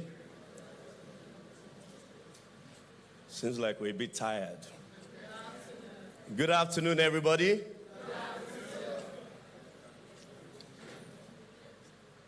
Please permit me to stand on the already established laid down protocol. However, I would recognize the chairman of the MTN Foundation, Prince Julius Adelusi Adeluyi, OFR, MNI, who is also a father to me and a mentor to me as well. And through you, I recognize each and every one of the dignitaries sitting on the high table, as well as the audience. Of course, the most important people in the room, my youths, members of the press, and distinguished ladies and gentlemen. My name is Mobolaji Abubakar Ogulende. I am your Commissioner for Youths and Social Development in Lagos State. Mr. Governor would have loved to be here in person, but unfortunately, he's not able to make it. But he sends his warmest regards. For those that are aware of our agenda of this administration, it's the Themes Plus agenda. And the plus of the Themes Plus agenda are three things: social inclusion, gender equality, and the youth. Social inclusion, gender equality, and the youth. And if we have all been paying attention, all of these conversations we have been holding today center around our Themes Plus agenda. So this is a forum that Mr. Governor holds very dearly. And this is the reason why I'm here, because I am the Commissioner of Youth and Social Development. So all of these conversations border around my ministry. So it is indeed a pleasure and an honor to have been given this opportunity to be here. In the many conversations that have been going on, one thing that I did not hear a lot of was Lagos State. What Lagos State is doing. We spoke about the MTN Foundation. We keep talking about NDLEA. I recognize NDLEA. My good friend Commander Wali and the entire team, we applaud you. We recognize you. We thank you for the great work that you're doing. But at the same time, I didn't hear Lagos State, because Lagos State is doing a lot. The top that I'm wearing is one of the initiatives that we reinitiated when I resumed office, is LASCADA. Lagos State Kicks Against Drug Abuse. And I thought, if I'm coming to this event, one of the things I should do is to advocate. And one of the ways I can advocate is to wear a moving advert. You know, so we have initiatives like this. We have homes and institutions that cater to drug-dependent individuals. We rescue a lot of people dependent on drugs in Lagos State. We did our one-year ministerial briefing a couple of weeks ago, and by statistics, we have rescued over 3,462 Lagosians on the streets of Lagos that have been dependent on drugs. But of course, it's through forums like this that we take the opportunity to re-echo what we are doing in Lagos State, because we are doing a lot. United we stand, divided we fall. No man is an island, which is the reason why I would first of all request that we please give the MTN Foundation a big round of applause, please. A big round of applause, because we need this sort of forums, bringing together all stakeholders to be able to engage and have these conversations. As a Commissioner of Youth and Social Development in Lagos, I will tell you there are two main issues in Lagos when it comes to the youths. Well, three. Unemployment, right, which is a general issue. But when we bring it closer to home, in light of the conversations of today, drug abuse and the amount of, let me call them, destitutes on the road. Drug abuse and the amount of destitutes on the road. You see, when we mix this together, it becomes a catastrophe. A catastrophe that affects each and every one of us in this room. So this job is not just for the government. This job is not just for MTN. This job is not just for NDLEA. This job is for every single one of us in this room. It is for every single one of us in this room, because when there's a catastrophe, it affects every single one of us. So I'd like to encourage the MTN Foundation to continue to do more, please. And we will continue to see how we can support you. I acknowledge every single person's effort, especially our social welfare workers. It is not an easy job, especially under the climate in which we operate in. I recognize you. I thank you as Bolaji Ogulende. I thank you as the Honorable Commissioner for Youth and Social Development. And I thank you on behalf of Mr. Governor Babajide Olushola Sanwo-Olu. And I thank you on behalf of Lagos for the great work you are all doing.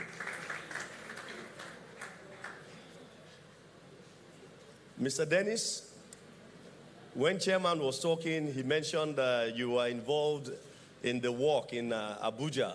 And there's an upcoming walk that you also be involved in. I'd like to encourage you. And when you got up and he said you are 88, I said, yes, this is our king of youths.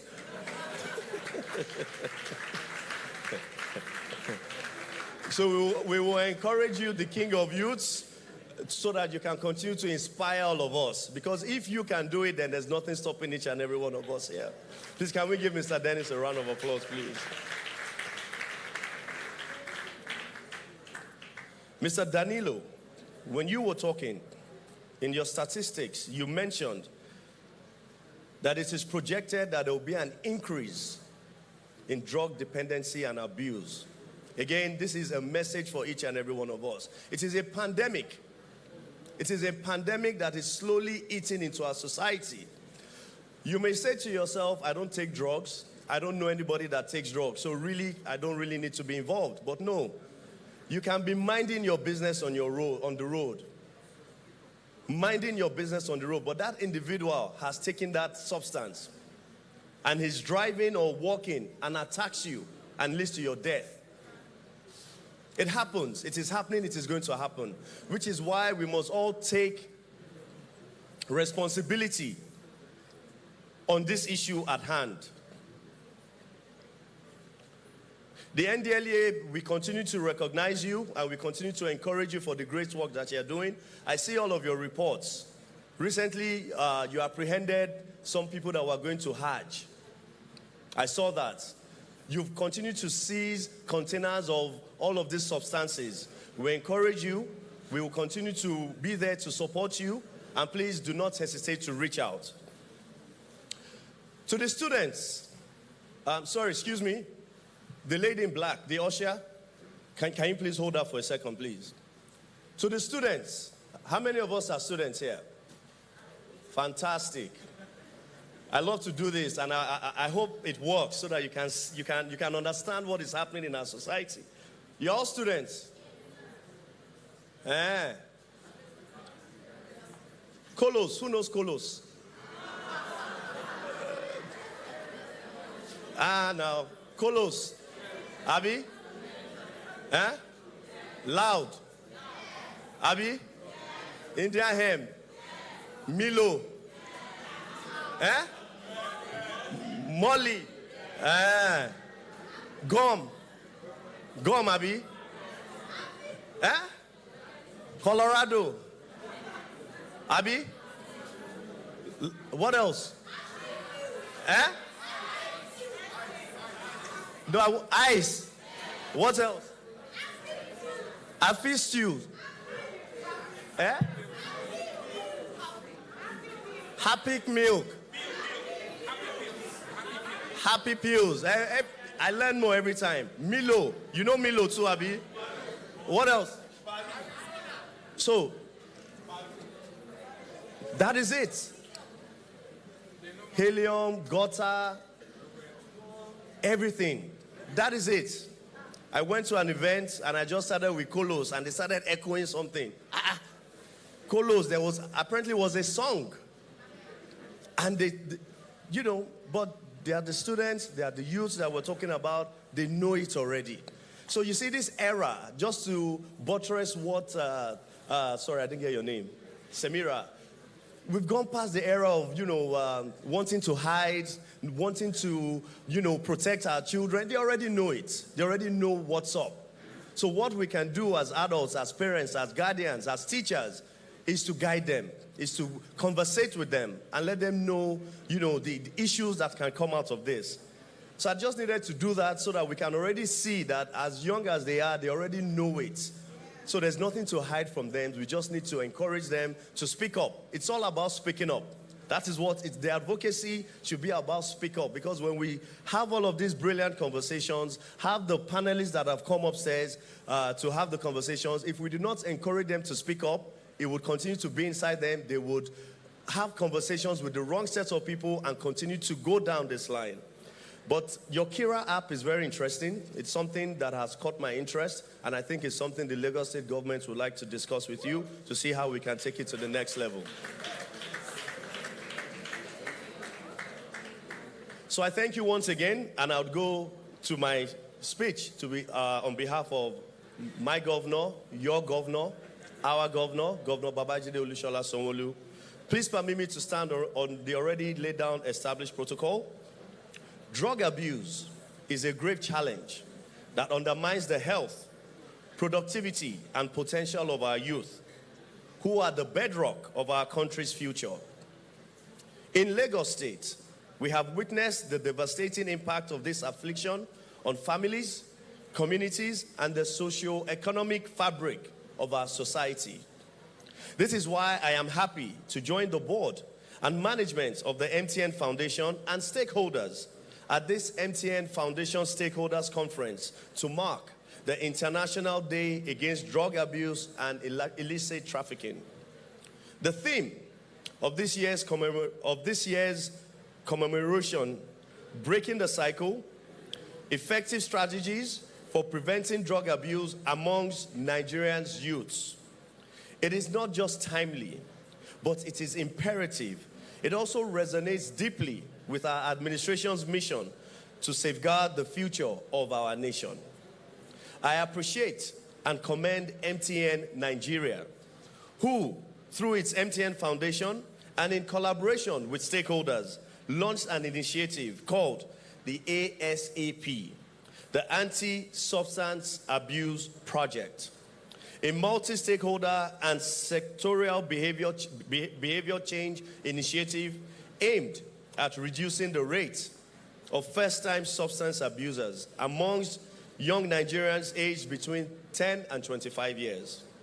The intervention is hinged on awareness, creation, information, dissemination, stakeholder engagement, and empowerment.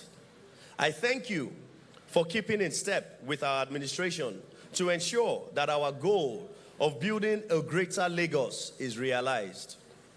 Today, we stand united to confront this menace that threatens the very essence of our society. The fight against drug abuse is not one that can be won by government efforts alone. It requires a concentrated effort from all sectors of the society, parents, educators, healthcare professionals, community leaders, private sectors, and yourself sitting in this room. The MTN Foundation's leadership in this endeavor exemplifies the kind of corporate social responsibility that is essential for meaningful change. Our approach in Lagos State is multidimensional. Firstly, we emphasize on education and awareness by integrating comprehensive drug education programs in our schools and community centers. Perhaps you didn't hear that properly. I'll say it again so we can get a round of applause. By integrating comprehensive drug educational programs in our schools and community centers. Thank you. We aim to inform our youth about the dangers of drug abuse and empower them to make healthier choices. Secondly, we are strengthening our healthcare and rehabilitation services. We have invested in modern rehabilitation centers and trained professionals to provide support and treatment to those affected. We believe, as a government, that early intervention and accessible treatment options are crucial in breaking the cycle of addiction. Thirdly, we are fostering a culture of support and inclusivity.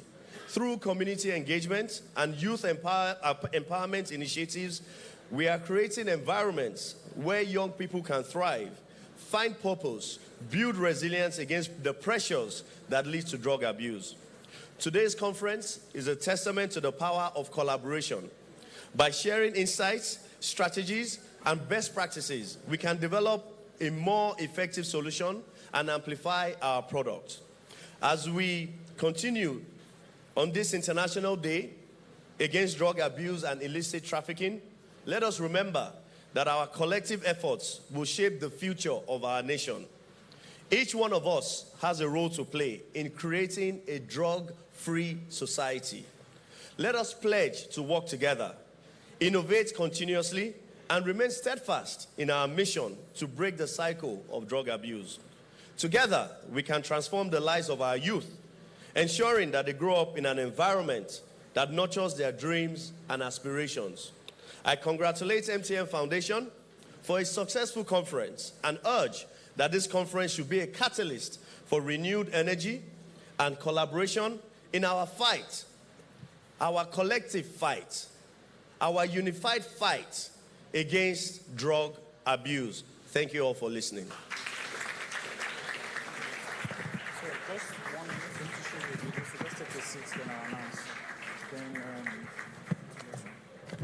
Thank you. Can I give you my card? Thank you very much. Once again, please, a round of applause to the Honorable Commissioner for Youth and Social Development, representing Mr. Governor himself, Mr. Babajide Olushola Sanwo-Olu. So I want to crave your indulgence very quickly, and this is the sequence in which things will unfold. Please pay attention. We're going to watch a very quick clip, less than 3 minutes, and I will share with you some very important information. After the clip, we're going to have the vote of thanks by the Executive Director of MTN Foundation. After her vote of thanks, I will please crave your indulgence for all of us to remain seated while our guests on the front row make their way to the back to have the photo up. I'll also still share some information with you. Please, it's very important we follow this protocol so that we can be out of here in about 5 minutes. All in favor, say aye. Thank you very much. Multimedia, please turn your attention to the multimedia screen. But also don't forget that the walk on Saturday, remember there is a walk. It's happening at NDLEA headquarters, Bagada, 7 a.m., Terminal Point, 9th Brigade Sports Complex. Once again, NDLEA headquarters, this Saturday, 7 a.m. at Bagada. That's the NDLEA headquarters in Bagada, Terminal Point, 9th Brigade Sports Complex.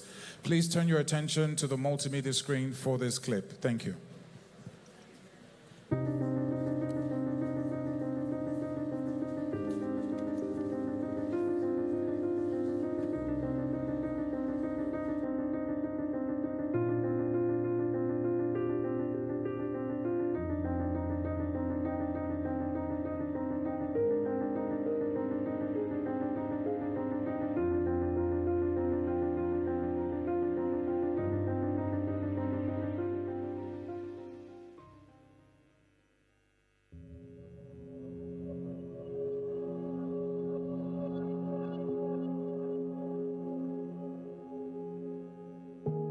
For me, it started 2016. I just finished my higher education, BSc.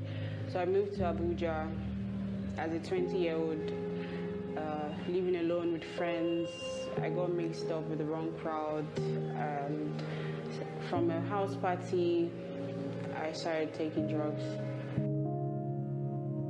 I smoked crack cocaine.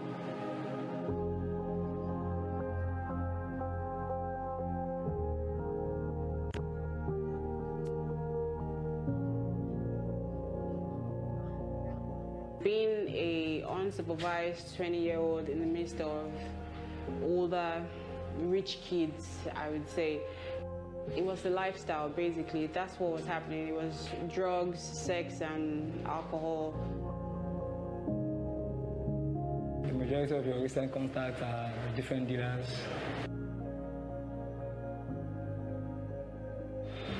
So we kept on calling for supplies, kept on smoking, drinking, whenever there's parties, you know, go for a cool gram, 2 grams, 5, 10, depending on the magnitude of the crowd in the house. So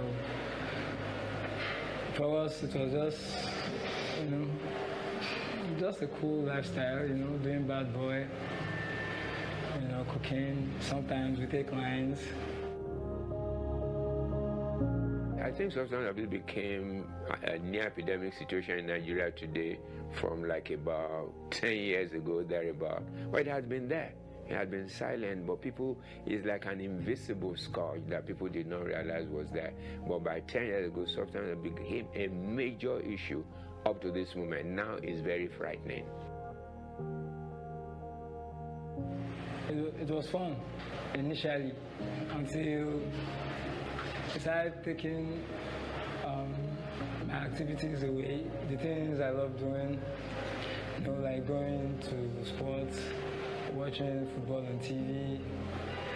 As a staunch Chelsea fan, you know, usually you go every weekend, you go out to watch TV, hang out at the bar with friends and all that. So, but gradually, we were more focused on the spice and took all activities away.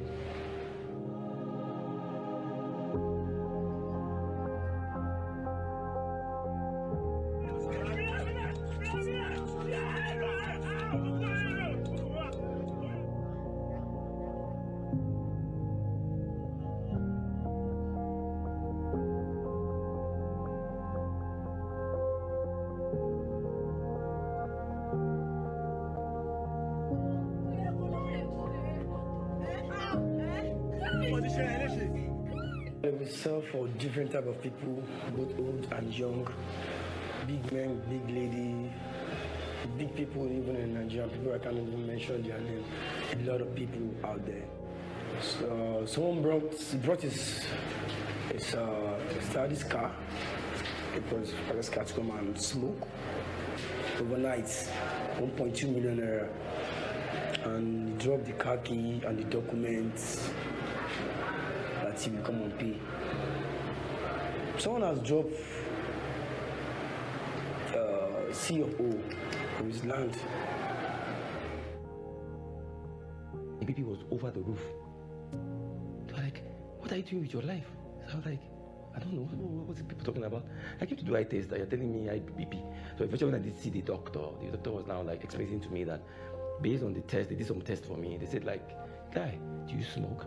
Do you do drugs? Do you do this? I was like, yeah.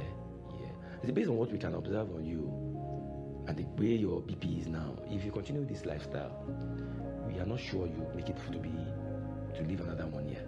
The alarming situation that we see that leads to the increasing use that you see, availability, and then the affordability.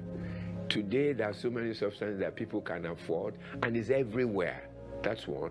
And the state of insecurity. Until we link the state of insecurity to the circumstances of drug use, people will not know that one needs to deal holistically with this issue of substance abuse.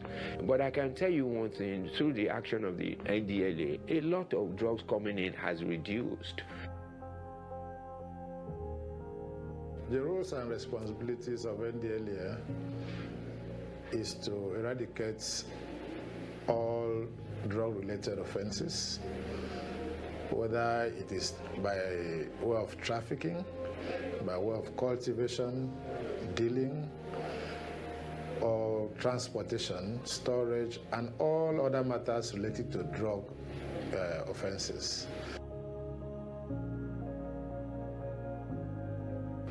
The initiative has been so impactful because it has helped in creating awareness within the society. It has helped in developing the mindset of the youths to resist the temptation of even experimenting to take drugs. A lot of schools today, by the time you go around, you see them have, discussions on substance abuse. It has really helped in reducing demand, for instance. The same way our efforts in enforcement has also tremendously reduced supply. You know, when there's no demand, there won't be supply.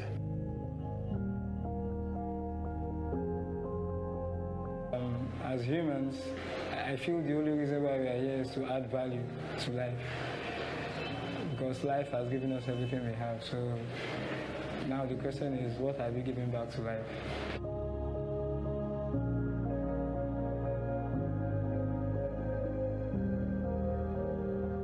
Run away.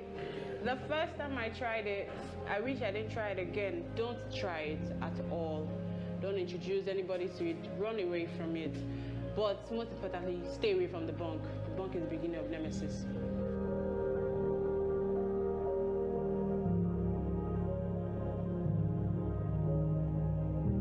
I like to talk to people who use substances that it is not the end of the world. There is life after substance abuse. The thing to do is just to own up and seek for help, seek for professional help, which is available out there. And then you can get, you may say you don't know where, but you can seek for information and get helped. If you get helped, and then together we can build a society where we can talk to people that, look, this is who I was, see who I am today.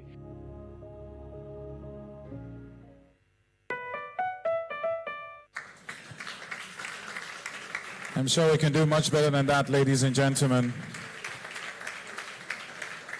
The reason we left that to last is that it sums up everything we have been discussing and talking about today. And most importantly, it drives home the message. You saw the video of the young person in the gutter. That's even what we can show you. Not to talk of what can't be shown, what can't be said. We've also had testimonials here. Pastor testimony. I have another young man here, but time will not permit me. So there is light at the end of this tunnel. There is good news that comes out from this campaign that we're embarking on. I want to crave your indulgence as I do call up for the vote of thanks. But before that, once again, on a final note, the advocacy walk is taking place this Saturday, 7 a.m. We're meeting at NDLEA headquarters, Bagada, and walking all the way to the sports complex, the 9th Brigade Military Cantonment, Mobolaji Bank, Anthony Way, Ikeja. There's also an NDLEA support line. For those who are here and don't know, please can we put that on the screen very quickly? The NDLEA support line. So this is the line you can call and all the information that you can get. So take a picture of this very quickly. And we also have a barcode for feedback. So while that is being displayed, it is a great pleasure. I call up on stage the Executive Director of MTN Foundation. This has been her baby and her team as well, in the person of Mrs. Odoayo Sonia. Thank you very much, Oscar. And please permit me to stand on all previously established protocols. Mr. Governor, thank you very much. The First Lady, ably represented, thank you so very much.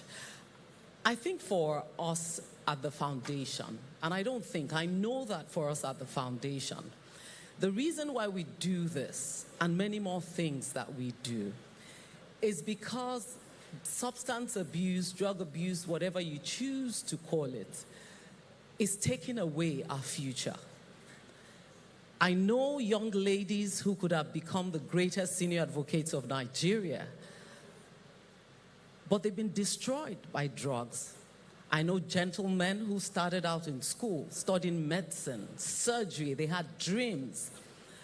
And their family, they were willing to, birth these dreams for them, but they're nowhere. And it keeps going on. And so for us, at the core of our message at the foundation is that it is everyone's fight. It's everyone's fight because for how long are we going to watch this menace, just ravage and rape our future, our families, break us apart? The families that have been thrown apart just because of this. The people that have gone, they're missing. Their families don't even know where they are. And their parents wake up at night and they're crying. And I say this because I know that these things exist. And that's why we do what we do. Our commitment at MTN is very, very crystal. And that is that we're willing to give as much as it takes for us to thrive as a nation. And that is, we do this through, the ASAP. One of the platforms is the ASAP platform. And so my job is very simple. I'd like to say thank you. Thank you to our distinguished guests. Thank you to our partners, UNODC, NDLEA. It's been, years of wonderful partnership. And I'd like to say thank you to our partner, Lagos State. The commissioner has said that they will, partner with us, and we're really grateful for that. We'll be in touch with you, your office, and we'll take these conversations forward. Because what we found also is that Lagos is peculiar in Nigeria. It's the economic nerve center. And what gets done in Lagos is easily replicated across the entire other 35 states and the FCT. So thank you very much for that open arms of partnership. And so I'd like to say thank you to our panelists.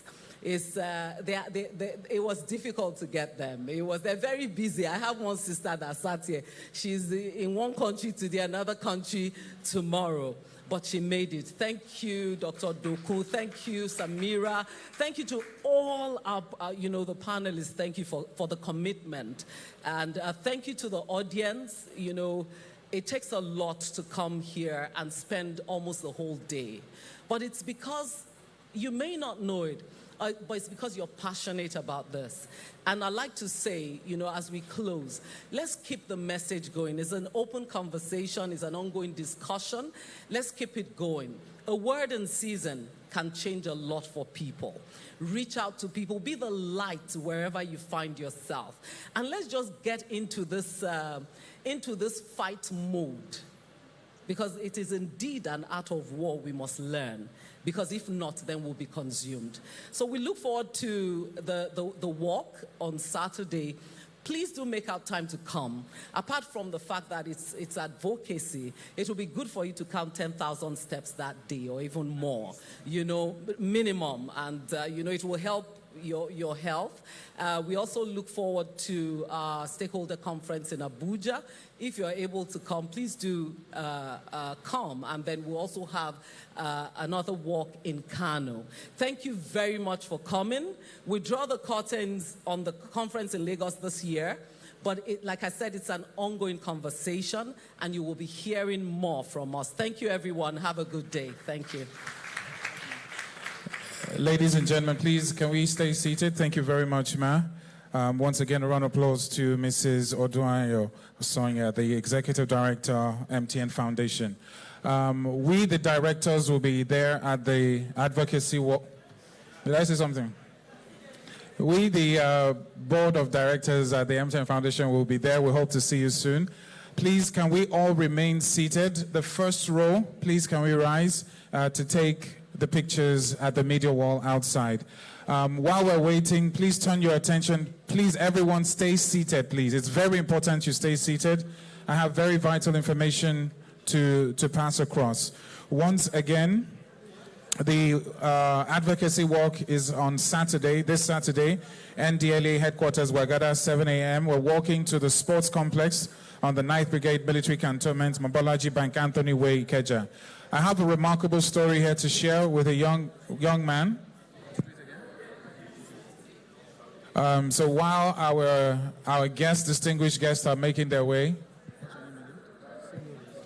All right, we talked about taking action. As a young man, I would love us to hear from. His name is Simeon, and he's been doing some remarkable work. And you just need to listen to this. Trust me, you want to hear this. Once again, thank you to all our distinguished guests for making it this far. And we wish you a safe trip back as well. I still remain yours truly, Bemileke Oscar Onyison, your Master of Ceremonies, Oscar in the City on Instagram.